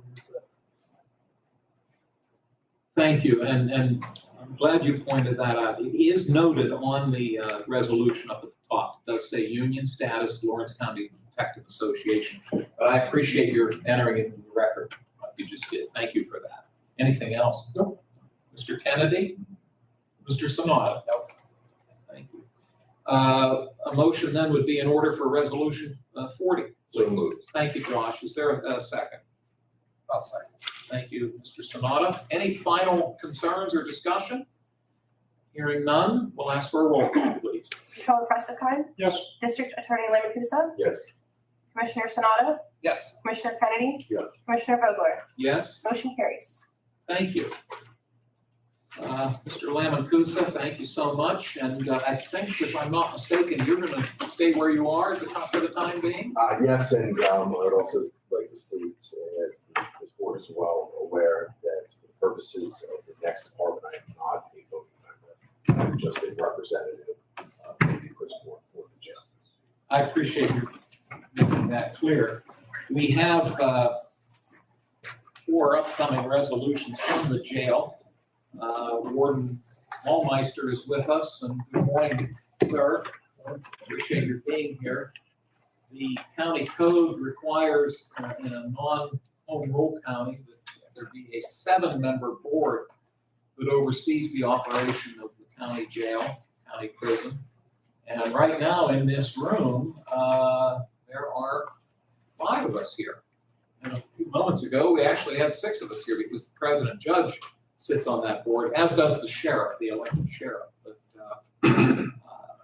my colleague, Commissioner Sanada, is currently chair of the prison board. But we'll jump right into the first proposal. This is Resolution 41, and this involves the treatment counselor positions at the jail. Gentlemen, whoever wishes to start. Salary Board Resolution 41 requests that the salaries of treatment counselors be increased by $3,000 each, with those raises being effective January 1st of 2026. Additionally, the increases would exempt the need for a 2026 COLA allotment for those positions. Now, these 2 positions, the counselor positions, they are performing counseling services at the jail. There additionally were 3 of them. Now there's only 2. In addition to that, the workload has increased, both due to decreased manpower, but also because of the influx of the juveniles that the jail is housing. The individuals in these positions, I know we're not singling them out, but very advanced degrees as well. Their actual positions. That's the entirety of the salary board resolution. Thank you, gentlemen. The question I have, I'm embarrassed to ask because I ought to know the answer. And right now, I don't. One of the 3 of you or 4 of you can help me with this. The salaries that these 2 positions receive, are any grant dollars applied towards these salaries, or do these all come out of the general fund? I apologize for not knowing. These 2 come out of the general fund. Thank you for that. I appreciate it. Mr. Sanada, I'll start with you as prison board chair. Do you have questions? No, I do think it's very straightforward. I think that District Attorney Lamacusa and Warden Hallmeister has stated these people have had additional responsibility with the influx of juveniles and the having less employees employees there, and we appreciate their efforts throughout the year, stepping up to the plate and doing a good job. So that's really all I have. Thank you, sir. Controller Prestipine? No. Commissioner Kennedy? No. Thank you. As Mr. Lamacusa noted, it's the four of us who will be voting on this proposal. May I have a motion for Resolution 41? I'll make that motion. Is there a second? I'll second. Thank you both, gentlemen. If there are no other concerns, we'll take a roll call, please. Controller Prestipine? Yes. Commissioner Sonato? Yes. Commissioner Kennedy? Yes. Commissioner Vogler? Yes. Motion carries. Thank you. Proposed Resolution 42 would correspond with item 10 on the agenda, 10A, B, and C. This involves some management positions at the jail. And I will turn it over to both the warden and Mr. Lamacusa for any information you wish to share with us, please. Thank you. Salary Board Resolution 42 addresses the organization of administrative staff at the jail. We have had for the past 12 months a vacant records officer and 3 individuals that are holding administrative positions in the facility for all of these of the records office. Additionally, we've had a large influx of juveniles, which of course has led to increased responsibilities and increased duties. The retitling of the offenses included new job descriptions, contemplating the additional responsibilities that each of the individuals in these positions have been shouldering. And the 3 positions that are being asked to be created, they are not new positions in the sense that there are already individuals that are performing this work. So what we're trying to do is establish a base salary for the 3 positions, contemplating or taking into consideration what their new jobs are. The resolution is effective January 1st of 2026. Thank you, sir. Warden, anything you wish to add? No, sir. Thank you. Commissioner Sanada, I'll start with you for questions. No, very straightforward. Thank you. Commissioner Kennedy? Controller Prestipine? No. Would one of you gentlemen wish to make a motion for proposed resolution 42? I'll make that motion. I'll second the motion. I thank you both. Any final concerns or questions? If not, we'll take a roll call, please. Controller Prestipine? Yes. Commissioner Sonato? Yes. Commissioner Kennedy? Yes. Commissioner Vogler?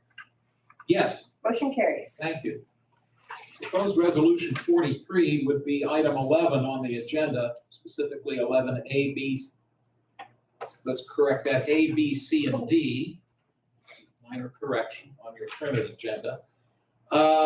Once again, involving some management positions at the jail. And again, gentlemen, if you could please give us some background, we'd be very appreciative. Yes, sir. Salary Board Resolution 43 involves the awarding of stipends for the treatment counselors, the current office manager, the current records administrator, and the current information specialist. The stipends are for the work performed in 2005, January 1st, all the way up until this point. And this involved the increased duties and responsibilities that were associated with the juveniles that were brought into the Lawrence County Corrections Facility. The total requested stipend amounts to $7,500. The income that the jail generated from that $7,500 was $1.6 million collected, 1.8, I believe, on the books not collected.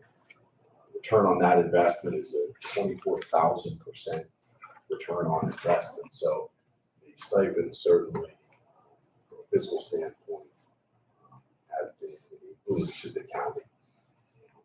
That is the entirety of the stipend request. Thank you, sir. Warden, anything to add to that? Thank you very much. I'll start with Commissioner Sanada for any questions. No, I just emphasize as the last request that was a fine job, and with the juveniles coming in, it has generated a lot of additional revenue for the county, and we're hoping that will continue even stronger going into 2026. Thank you, sir.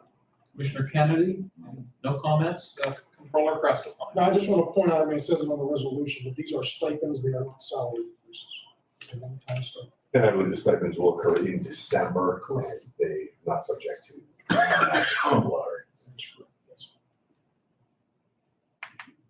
Just to reiterate or maybe reinforce what the district attorney just said, the time frame is such that this will be able to take place between now and the end of the calendar year? Yes, yeah, they'll get them next, assuming this gets approved. Yes. They'll get them on the final pay of the year, and then they will not be increasing their salary, so the COLA will not be involved. Thank you. I was just concerned if your office had enough time to turnaround time. Okay, thank you very much, Dave. Well, a motion would be in order for proposed resolution 43. Make that motion. Thank you, Chris. Is there a second? I'll second. Thank you, Dave. Any other discussion? Hearing none, roll call, please. Controller Crestapine. Yes. Commissioner Sonato. Yes. Commissioner Kennedy. Yes. Commissioner Vogler. Yes. Motion carries. Thank you. And finally, from the jail, this would be the proposed resolution 44, which would be item 12 on the printed agenda. This involves the creation of a forensic peer navigator, but if I'm reading this correctly, the funding would not come from the general fund, if I'm not mistaken, but I'll let you gentlemen confirm that. That is correct. The creation of the forensic peer navigator position will be fully funded through opioid settlement monies, and should those monies not be available or not be allocated for the position, and the position itself will go away. With regard to what the position is, so what I'm saying is this is no cost to the county. There will not be an increase in the budget. Joe Canasco is well aware of this position. With regard to the forensic peer navigator position, more than and a little bit. I know. Deputy Spielvogel. From the back. This position was created through the opioid board, and it is just an extension of the programming that we have at the jail. It aims to support individuals transitioning from incarceration to the community by providing comprehensive wraparound services. It's dedicated to reducing recidivism and facilitating successful community reintegration for individuals transitioning from incarceration.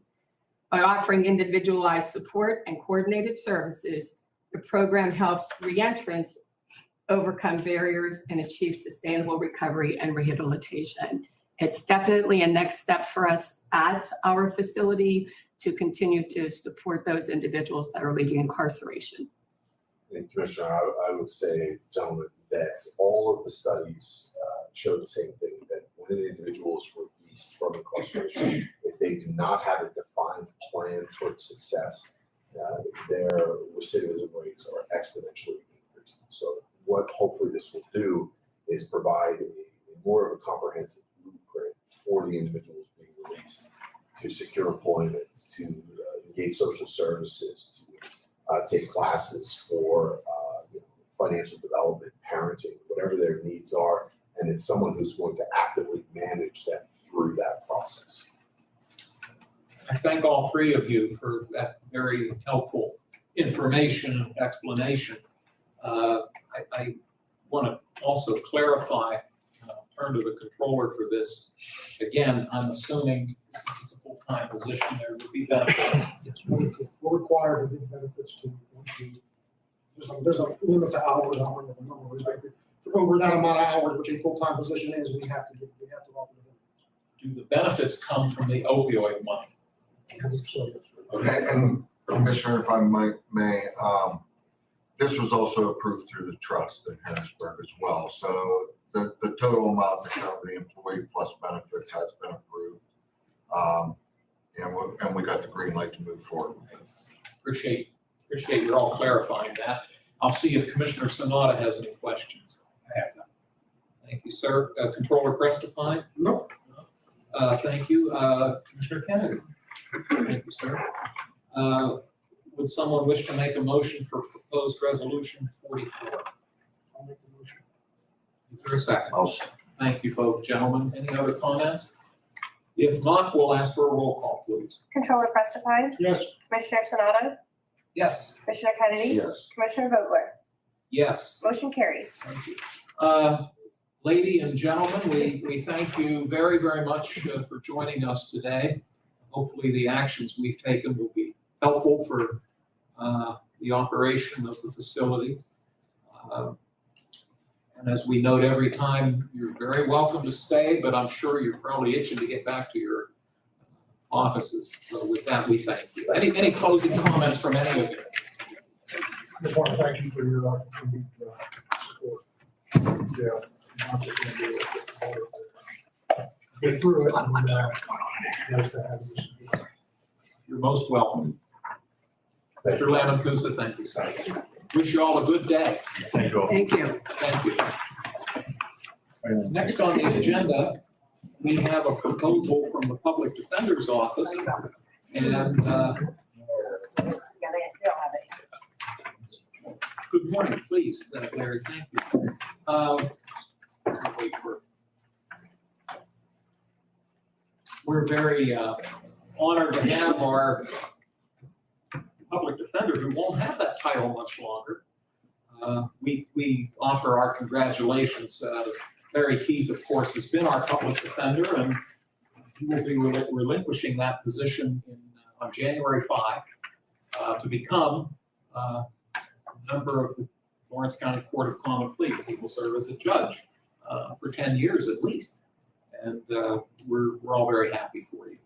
Thank you. Yes, sir. And you do have a proposal that actually somewhat mirrors a similar proposal I think that you brought before us a year ago, whereby a grant has been made available from the Commonwealth, specifically earmarked for the public defender offices throughout the Commonwealth. And it gives you the discretion of how you'd like to use those funds, which of course ties in with our having to approve it. But Mr. Keith, if you don't mind, if you could give us a little bit of information on this. This is proposed resolution 45, which would be number 13 on the 13A and B on the printed agenda. But Mr. Keith, I'll turn it over to you, please. Thank you, Mr. Miller. Mr. Miller, you're kind of correct. It doesn't give me the discretion on how to use the funds. However, it gave us the discretion on what we could request the funds for. Now that the funds have been granted to us, we have no choice but to use them as we are intended. You can't change it, Mr. Sonato can't change it. It's just what it is. But anyway, we secured a grant from the Pennsylvania Commission on Crime and Delinquency, and the grant monies are for retention incentives. This year, as opposed to last year, this year, there is an incentive for the chief public defender, as well as the 3 full-time public defenders. And I will say that grant money can only be used for this purpose.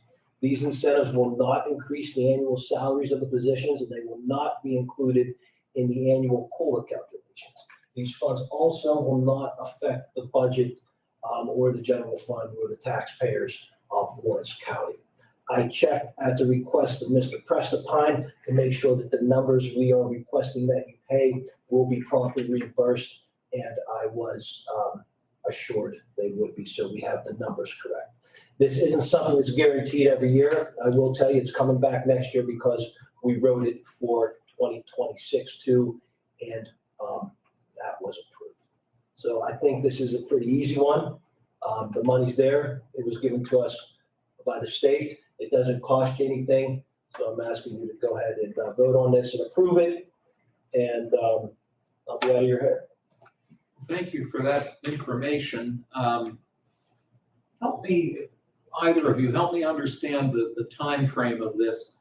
Are these dollars, for lack of a better term, blended into each paycheck every 2 weeks? Or are they one-time amounts? They get it one time at the end of the year because they have to work the whole year to get it. So what we're voting on today is applicable to the calendar year of 2025? The idea is it gets paid on the last pay of the year. It's an incentive. If you don't work through the end of the year, you don't get the incentive. Understood. And then It's trying to create some parity between what the assistant public defenders make and the assistant district attorneys make. There's a huge gap there, huge gap. I would assume, not knowing this, that I would assume that's not unique to Lawrence County. In most counties, is that the case? I don't really pay any attention to the other counties. I'm just concerned about my people. What they're goes on, what they do as opposed to what the district attorney people do. Caseloads, things like that. And they have 5 assistants, we have 3. It's, Thank you. Mr. Kennedy, any questions? Mr. Prestipon? Nope. Mr. Sanada? I just want to congratulate you, Mr. Keith, on your soon to be becoming our judge, and appreciate you going after these dollars with the state for your people. And as Chairman Bowman continues to point out, there is no effect on our state, on our county budget on this. thank you for your kind words, Mr. Simonet. Yes, we're probably working you in a different avenue after the first year, and also thank you, and as we said earlier, for your continue working with Judge Cox on helping to save money in the court system. Very well. Thank you, gentlemen. Would someone wish to make a motion for proposed resolution 45? I'll make the motion. Is there a second? I'll second. Thank you. If we have no other discussion, we'll request a roll call, please. Controller Prestipine? Yes. Commissioner Sonato? Yes. Commissioner Kennedy? Commissioner Vogler? Yes, Motion carries. thank you. Mr. Keith, Thank you very much. Merry Christmas to you and your family. Merry Christmas to everybody. Thanks for your time. Take care. Take care.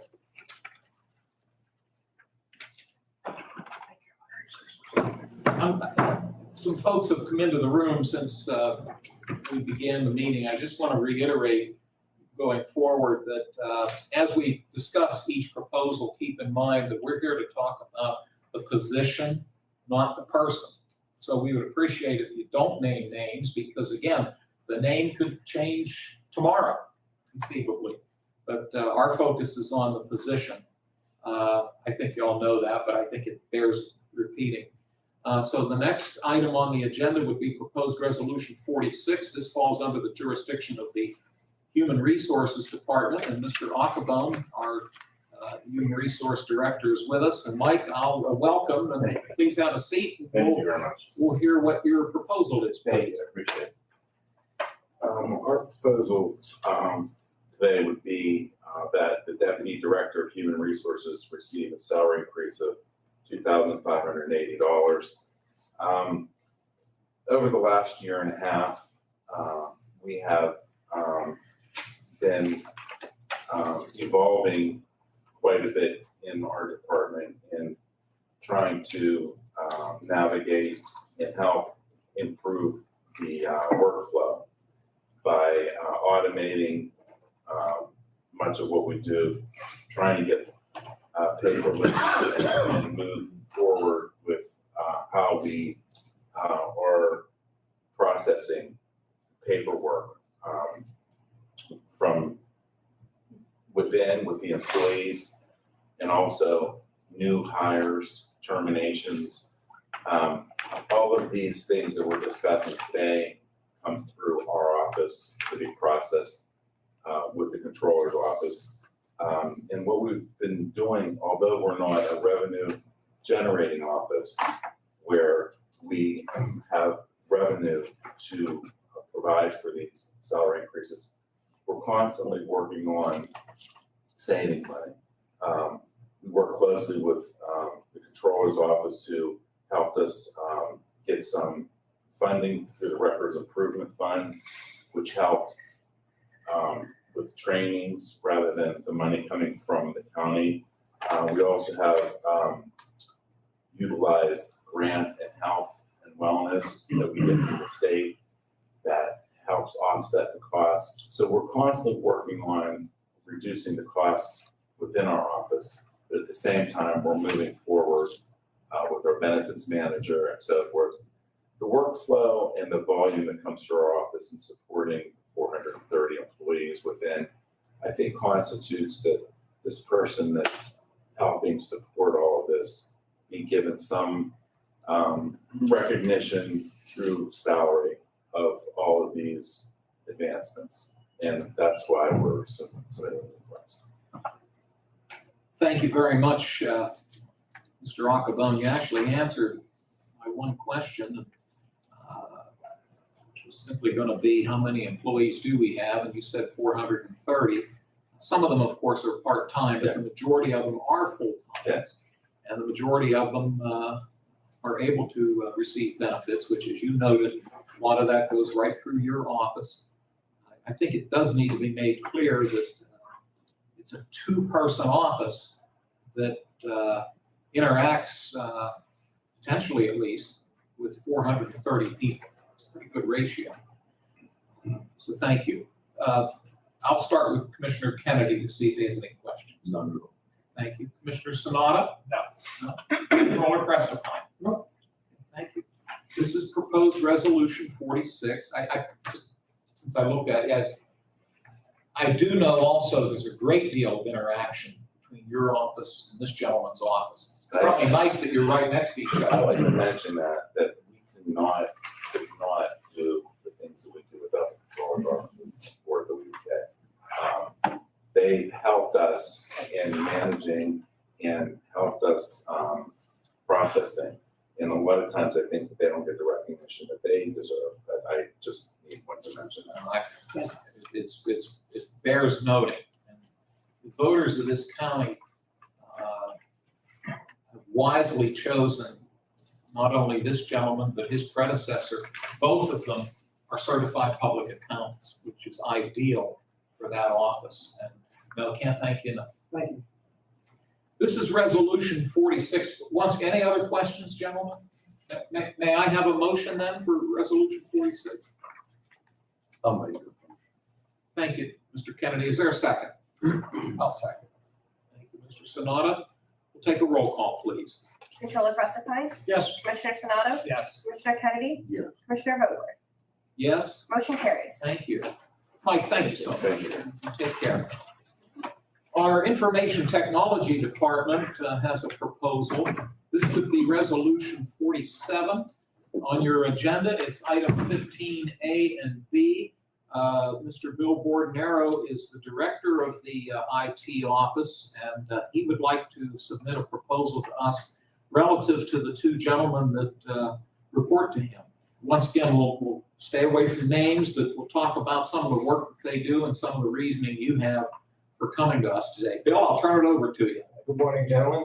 The proposal you have in front of you, Resolution 47, is to, in lieu of the COLA amount, to replace that with the increase in salaries. The system admin position would be an increase of 1,977, and the support specialist IT help desk would be an increase of 1,854. My staff is learning quite a bit. We have taken on a lot of projects, and this is it's an increase that I think is well deserved for them, and I would like to get the position of the salaries into the market that's kind of competitive, because you never know when a person leaves or if you have to replace somebody. It's tough to get people here. So. Well, thank you. We've said many, many times that the public sector cannot compete with the private sector as it relates to what we're able to pay. I will note that we do offer a very healthy health insurance package. Probably not the right word I want to use, but it's a health insurance package that might make up a little bit for what we're not able to pay in salaries. I must admit, I got sidetracked for a second, so you may have said this and forgive me.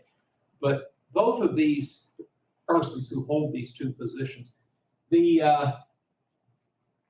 had to go through a lot of changes recently with the Windows upgrade. Am I correct? Correct. Yeah, we are replacing most of all the PCs that are still running Windows 10.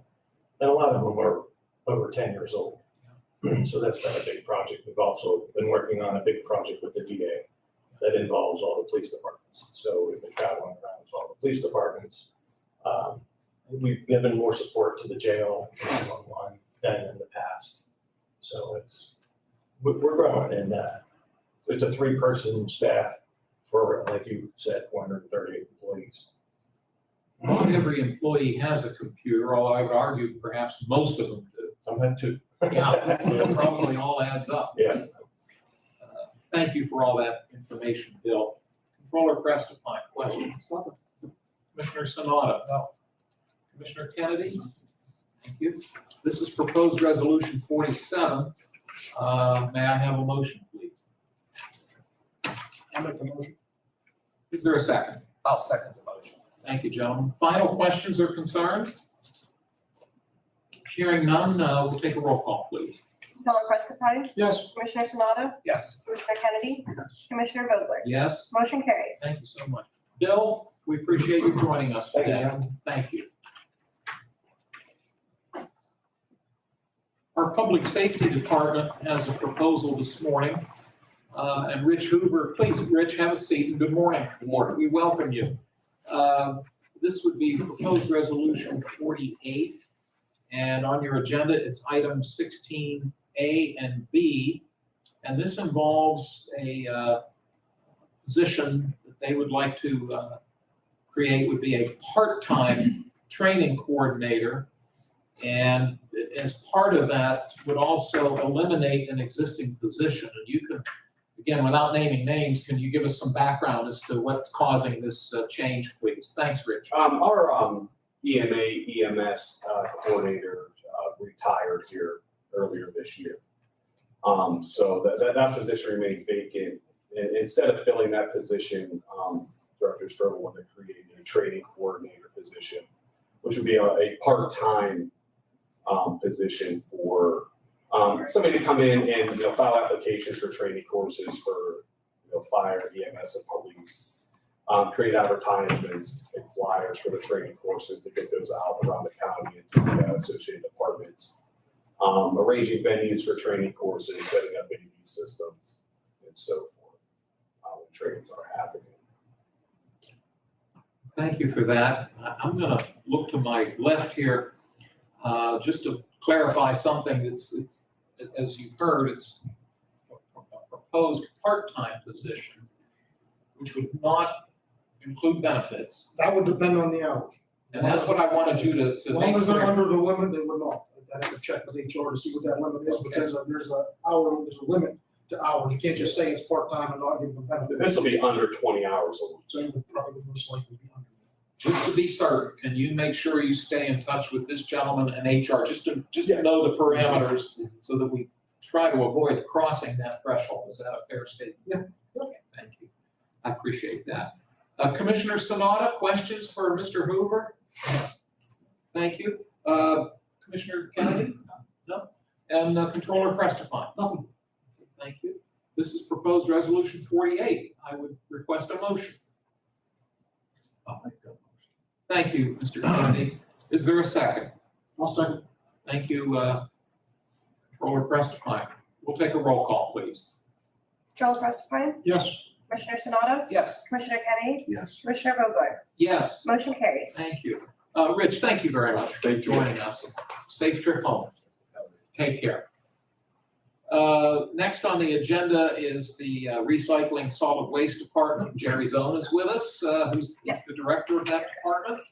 And Jerry, it's always nice to see you. Thank you. Appreciate you joining us. I know, sadly, you had a change in your office within the last year, and we lost a very dedicated employee in a tragic accident, unfortunately. And you've been operating as a two-person department, whereas in the past you were a two-person department with a part-time position, if I'm not mistaken. So you'd like to take that which currently vacant position of compliance officer and establish the base rate of $19 per hour. But let me turn it over to you, and you can give us the rationale for your request. Thank you, Commissioner. Thank you, gentlemen, for entertaining this request. Of course, since his untimely passing, that position has been vacant for 8 months now. Ultimately, what happens is that resets to the base salary, which was set many, many years ago at a rate of $15 an hour. So we're requesting an increase to bump it up to $19 an hour, which puts it more in line with enforcement type work that's going on in Pennsylvania and similar roles. Am I to understand that you've been attempting to fill the position, is that correct? We have been, yes. And you're finding that the base rate is has not been attractive to some of your potential candidates? That is absolutely correct. We've been trying to get the word out since about May and June. Had a couple conversations with some people, but as soon as they hear $15 an hour, thanks, but no thanks. Understood. Thank you. Mr. Preston, questions? No. Mr. Kennedy? Mr. Sanada? No. Well, we hope this helps. May I have a motion for Resolution 49, please? I'll make that motion. Thank you, Chris. Is there a second? I'll second. Thank you, Dan. If there are no other concerns, we'll ask Ryan to call the roll, please. Controller Preston, Yes. Commissioner Sanado, Yes. Commissioner Kennedy, Yes. Commissioner Vogler, Yes, motion carries. thank you. Jerry, thank you very much. Thank you. I appreciate your being here. Take care. Merry Christmas, everyone. Very same to you. Our tax claim office has a proposal. This would be proposed resolution 50. It's item 18 on the agenda, A, B, and C. And this is another office in our organization that has had some changes. And it's an office that does bring in revenue to the county. Brian Burek is the director of the tax claim office, and he has a proposal he would like for us to consider. I'll turn it over to you, sir. Thank you. Good morning, salary board members. I'm here as the director of the Tax Claim Bureau with an important request for this department.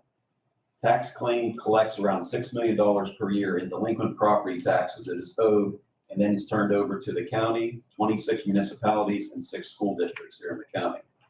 Tax claim is entitled by law to keep a 5% commission on all delinquent taxes collected, plus our collection costs incurred. Because of this, tax claim brings in enough revenue to cover our expenses, including employee salaries, and generates a positive surplus cash flow to the county general fund each year. I think that background information is very important. The Tax Claim Bureau, in accordance with the Pennsylvania Real Estate Tax Sale Law, also conducts public tax sales twice per year, once at the upset tax sale in the fall, and again at the judicial sale in the spring, where property owners who are unable or unwilling to pay the taxes for over 2 years. This is only done after all of the required notifications to the owners and public advertisements and posting of the properties are completed and the taxes remain unpaid. We also sell properties that have gone into the county repository to get them back on the tax rolls. We deal with the public, attorneys, title searchers, mortgage and closing companies, and real estate investors.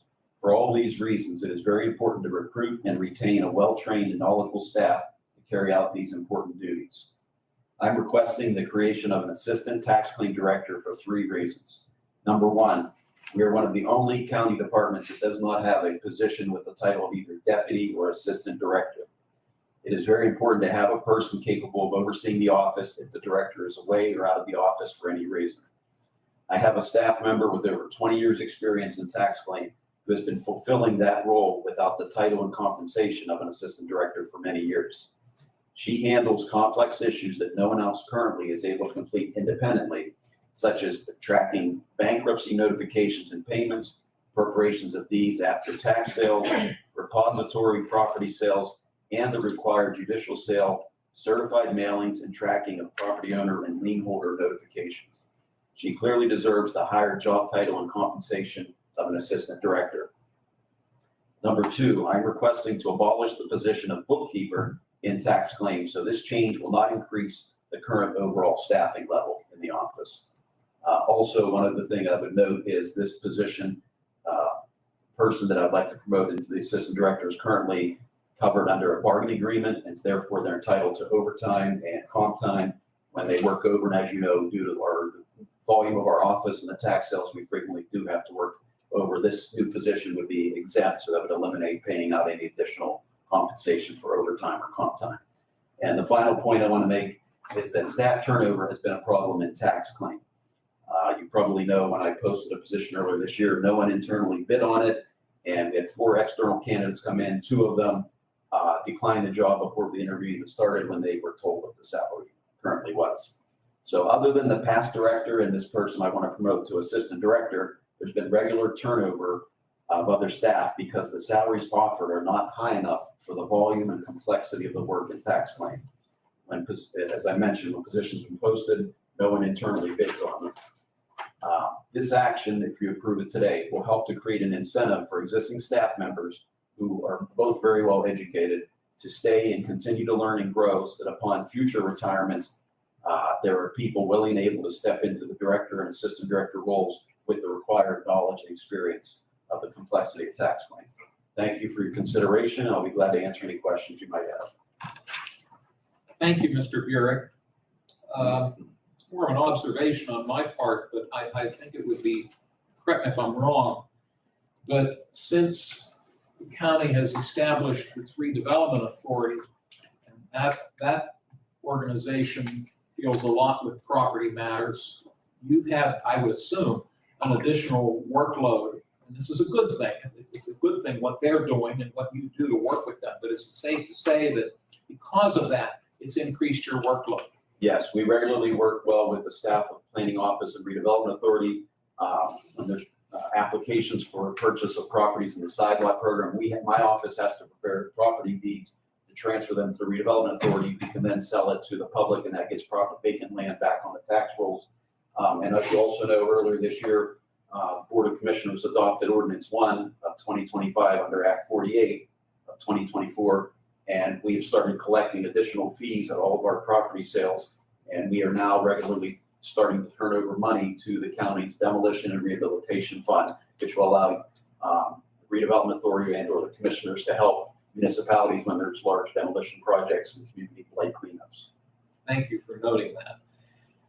Mr. Sonata, questions for Mr. Burek? I think it was very thorough. Thank you. Mr. Prestipine? No. Mr. Kennedy? Thank you. This is resolution 50. Would someone wish to make a motion? I'll make that motion. Thank you, Mr. Kennedy. Is there a second? I'll second. Mr. Sonata? If there are no other concerns, we'll ask Ryan to call the roll. Commissioner Prestipine? Yes. Commissioner Sonato? Yes. Commissioner Kennedy? Yes. Commissioner Vogler? Yes. Motion carries. Mr. Burek, thank you for joining us. Thank you all very much for your time and consideration, sir. Take care. Mental Health and Developmental Services Office, the director is with us, Mr. Scott Baldwin. Scott, always nice to see you. This is resolution,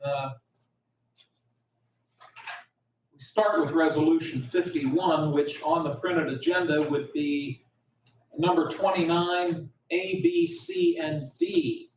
And you're going to be discussing some positions with us, and I trust you'll point out to us what portion, if you're able to, what portion of these positions are paid for by the Commonwealth versus what our commitment would be from a fiscal standpoint, if you're able to do so. Yeah, no, thank you, Commissioner. Yeah, all of this we're discussing today is paid for 100% of state dollars. This is no cost to the Lawrence County taxpayer. And that is because the state has given our office some new duties starting in 2025. The governor has called this a multi-year growth strategy. This is new responsibilities that our office will be taking on this year, which the good part is the state's given us funding to do this. So I'm asking for an increase in some current positions that will be managing some of these new duties. The first is our intellectual disability director. I'm asking for a salary increase of $2,500. For our early intervention coordinator and compliance officer, a salary increase of $2,500. And our fiscal manager, an increase of $2,500. And our block grant coordinator, an increase of $5,000. These are all non-union positions. And like I said, we have received dollars from the state to address some of these new needs. I appreciate your thoroughness. You're being concise. I think it should also be noted that in the resolution, it states that these adjustments would take effect on January 1 of 26, and there would not be a cost of living adjustment factored in with that. Is that correct? Yes. Thank you. Thank you very much. Mr. Kennedy, any questions for Mr. Baldwin? Thank you. Mr. Prestipine? No. Mr. Sonata? No. Thank you. May I have a motion for resolution 51? I'll make the motion. Thank you. David, is there a second? I'll second. Thank you, Dan. If there are no other questions, we'll take a roll call, please. Controller Preston, Yes. Commissioner Sonato, Yes. Commissioner Kennedy, Yes. Commissioner Vogler, Yes? motion carries. The second and final proposal from the Mental Health and Developmental Services Office would be Resolution 52. It's item 20 on the agenda. It involves a waiver manager position. Can you give us some explanation for this, please? Yeah, so these new duties that the state is requiring our office to, it does require a new position. So we are asking to create a new non-union position called the waiver manager. This base salary would be $51,250, and again, 100% paid for out of state funds. And the request from the Office of the Developmental Program is a significant change for us. It's going to require a lot of time in an area of specialty. So that's why we're needing someone new to come in and sort of oversee these new duties. I'm going to ask probably the obvious question, and I've asked it a couple of other times, and I just need to hear it. The position would include benefits, but would the benefits be covered by the contract? Everything, 100%. Thank you. Appreciate that. Controller Prestipine, any questions for Mr. Baldwin? Mr. Sonata? Just your staff does a really good job, Scott, and you're always working fiscally responsible and do a good job bringing those dollars on the state. Thank you. And Mr. Kennedy? Thank you, sir. This is Resolution 52. Would someone wish to make a motion for its approval? I'll make the motion. Thank you. Thank you both, gentlemen. If there are no other concerns, I'll ask for a roll call, please. Controller Preston, Yes. Commissioner Sonato, Yes. Commissioner Kennedy, Yes. Commissioner Vogler, Yes. motion. See you. We have a couple of items that fall under the Commissioner's office, and Mr. Vanasco, would you mind coming forward and we can discuss these since at least in part these positions report to you as well as the three commissioners. But the first being Resolution 53. This would involve the current Deputy Chief Clerk. And what is the proposal, sir? Plain and simply, with the opioid settlement, let me start with that first. We've added additional duties across the board within, that's basically falling on our office. The increase that I'm asking for is a $3,287 increase to the Deputy Chief Clerk. She serves as secretary on the opioid board. And it's kind of, the opioid dollars have kind of taken on a life of their own. We have the trust, the ones that we have to run through the trust, and now we also have a what I call non-secured. They don't have to go through the trust dollars. The amount of work that this position puts into it is significant in scheduling meetings. The person's become a vital piece of the team, the opioid team. And on top of it, just keeping meeting minutes and things of that nature, typing them in a professional nature has gone above and beyond the call of duty. These are all duties that weren't regularly in the job description. These are extra duties as assigned. This would cost nothing to our general fund dollars out of the county tax base or otherwise. It's purely out of the opioid dollars, and we would be looking for I would be requesting the salary board consider the $3,287 increase. And that would also then the COLA for 2026 would be excluded. Excluded, no COLA for 2026. Thank you, Joe. Mr. Kennedy, any questions? No. Thank you. Mr. Sonata? No. Mr. Preston? No. Thank you. Joe, thank you for that helpful explanation. This is Resolution 53. Could I please have a motion? I'll make that motion. I'll second the motion. Thank you, Dan. Thank you, Chris. That's what I have. 53, Ryan? Yes. Yeah, thank you. May I have a roll call, please? Oh, I'm so sorry. Controller Prestipine, Yes. Commissioner Sanado, Yes. Commissioner Kennedy, Yes. Commissioner Vogler, Yes. motion carries. Thank you. Also, under the Commissioner's jurisdiction, we do have a county solicitor. This is, by the way, I'm speaking now about Resolution 54, which is item 22 on the printed agenda. The county solicitor does report to the commissioners and to county administrator. But as I think we'll hear from Mr. Vanasco, the solicitor has been called upon fairly frequently for legal advice and guidance as it relates to the opioid administration dollars. So I'll turn it over to you. Absolutely. Our county solicitors have played a major role in the litigation of securing more dollars, opioid dollars for the county, both trust focused and the non-restrictive dollars. He has been vital in that process. He sat in on our meetings on several occasions, gave legal opinions, so on and so forth. And like I said, one of the big things in the past, like in 2025 and moving forward, he secured a lot of non-secured opioid dollars he's bringing into the county at this point. So what I'm requesting is a consideration for a $5,000 increase out of the non-restricted opioid dollars for the position. Thank you, Mr. Vanasco. Mr. Prestipine, do you have any questions? No. Thank you. Mr. Kennedy?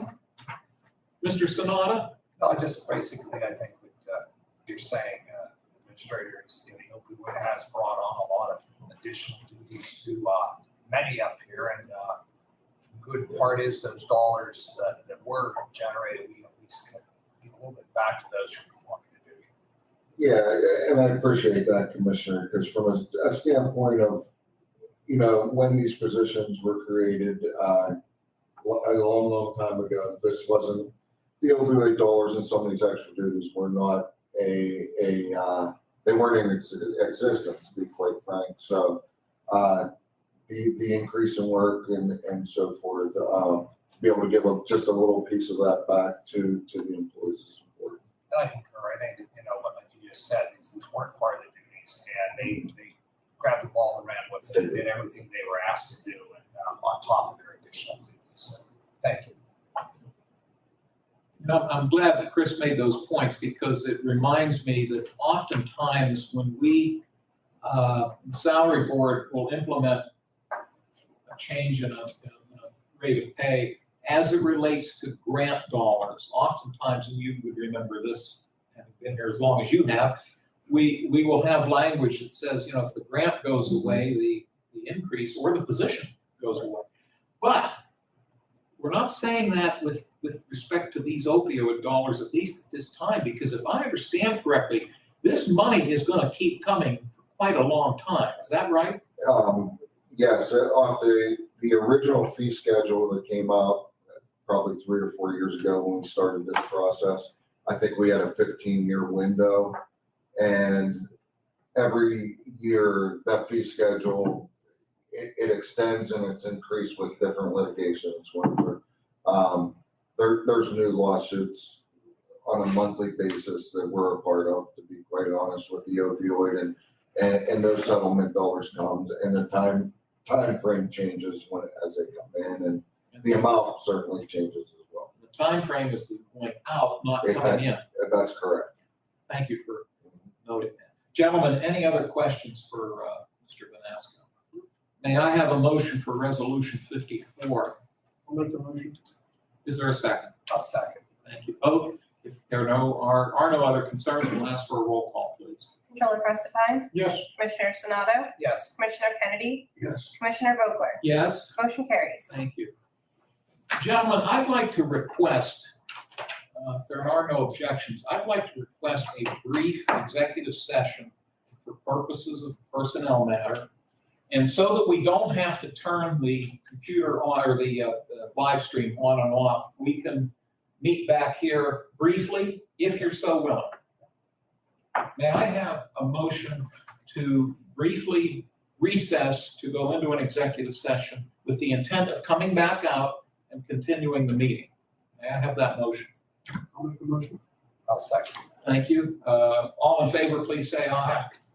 Any opposition votes? Thank you. Could we just briefly step back here for a second? Just a minute or two.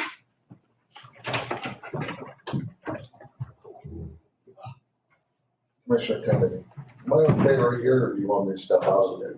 Okay.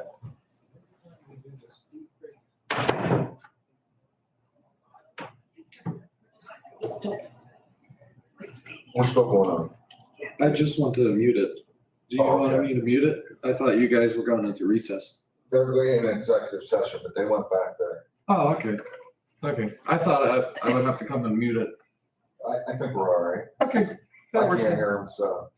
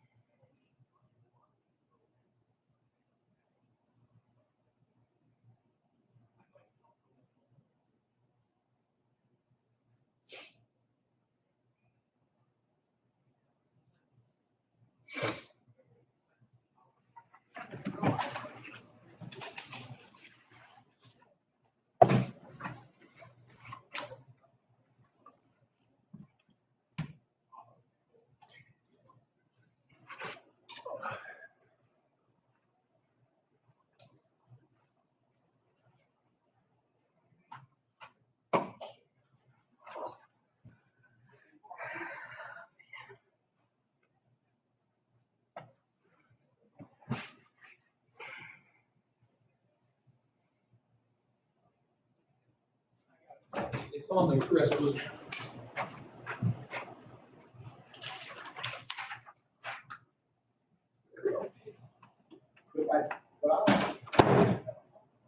Awkward.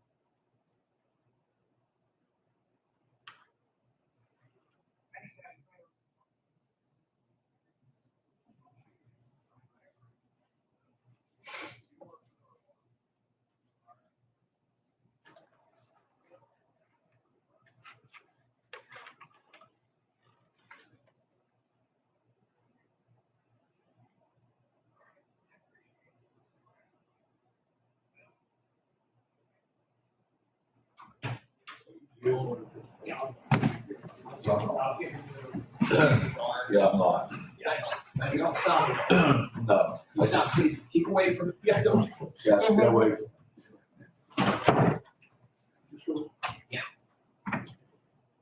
Thank you all. We appreciate your allowing us that brief executive session. May I have a motion to come out of executive session and to continue the public meeting? I'll second. Thank you, Mr. Kennedy, and thank you, Mr. Sanada. All in favor, please say aye. Aye. Opposed, same sign. Motion carries. We are now back to our public meeting. The last proposal we have would be from involving the planning director. It's been noted that the planning director through the last at least 5 years, maybe longer, has had to assume many additional responsibilities, starting with when the first Trump administration had the CARES program where we got federal funds. That office administered that program. When the Biden administration did the ARPA money, American Rescue Plan program, it was the planning office that administered those funds. When I started here, the Community Development Block Grant Program was handled by an outside agency. And myself, along with a couple prior commissioners, voted to give that responsibility to the planning office. When we created the redevelopment authority a number of years ago, that responsibility was given to the planning office. What has happened is the workload has certainly grown. And a number of these programs that I just mentioned do allow the county to collect administrative dollars. And I've asked you to confirm that. Yes. Thank you.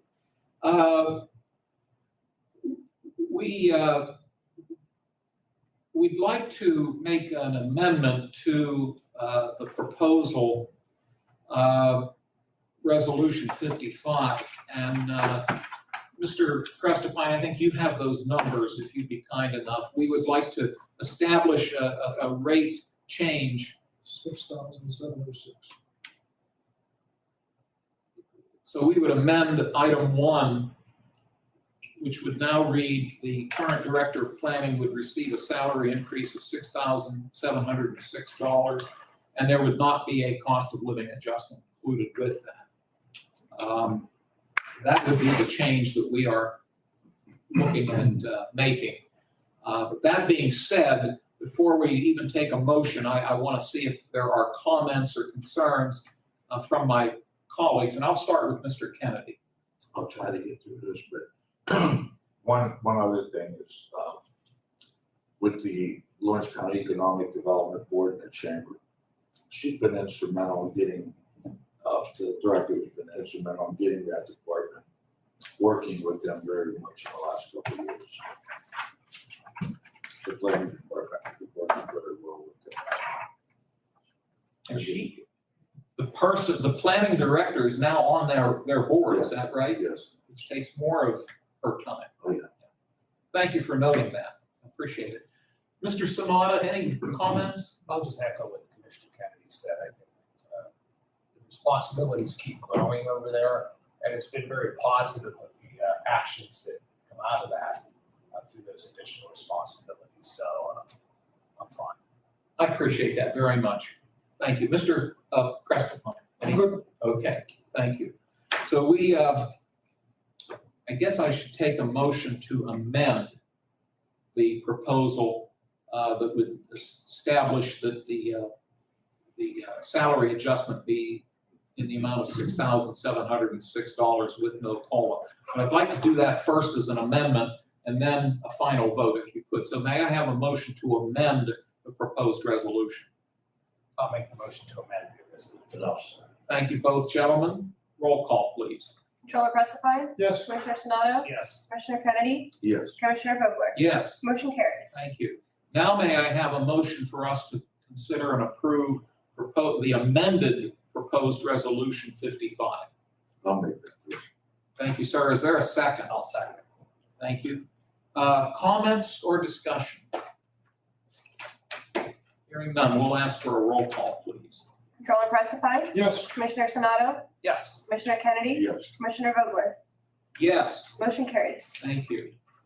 Bear with me 1 second, please. Thank you. Do any members of the board have any news they'd like to bring up? Hearing none. Public comment. We don't have much of the public here right now, so nothing from Joe? No comments, sir. Nothing from Ryan? No. Okay.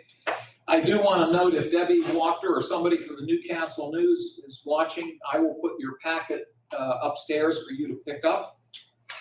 I want to thank everyone. Ryan, thanks for all your help putting this all together.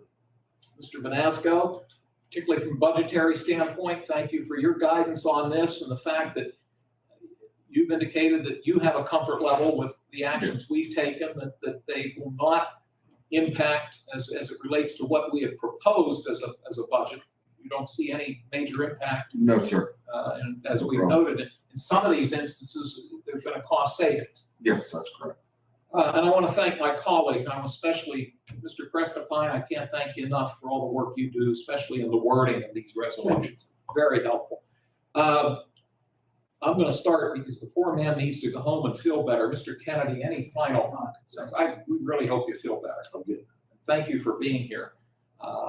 Mr. Sanada, closing comments? My comments are, I think this whole process was done in a very fiscally responsible manner.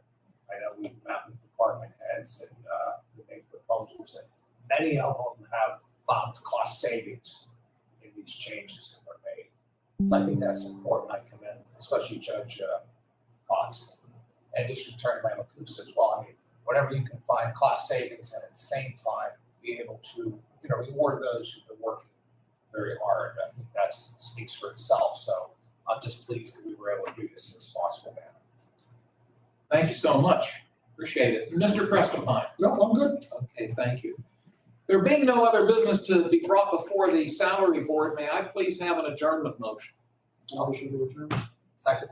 Moved and seconded. All in favor, please say aye. Aye, opposed, the same sign. Motion carried. This meeting is adjourned. Thank you, everybody. Eric, thank you.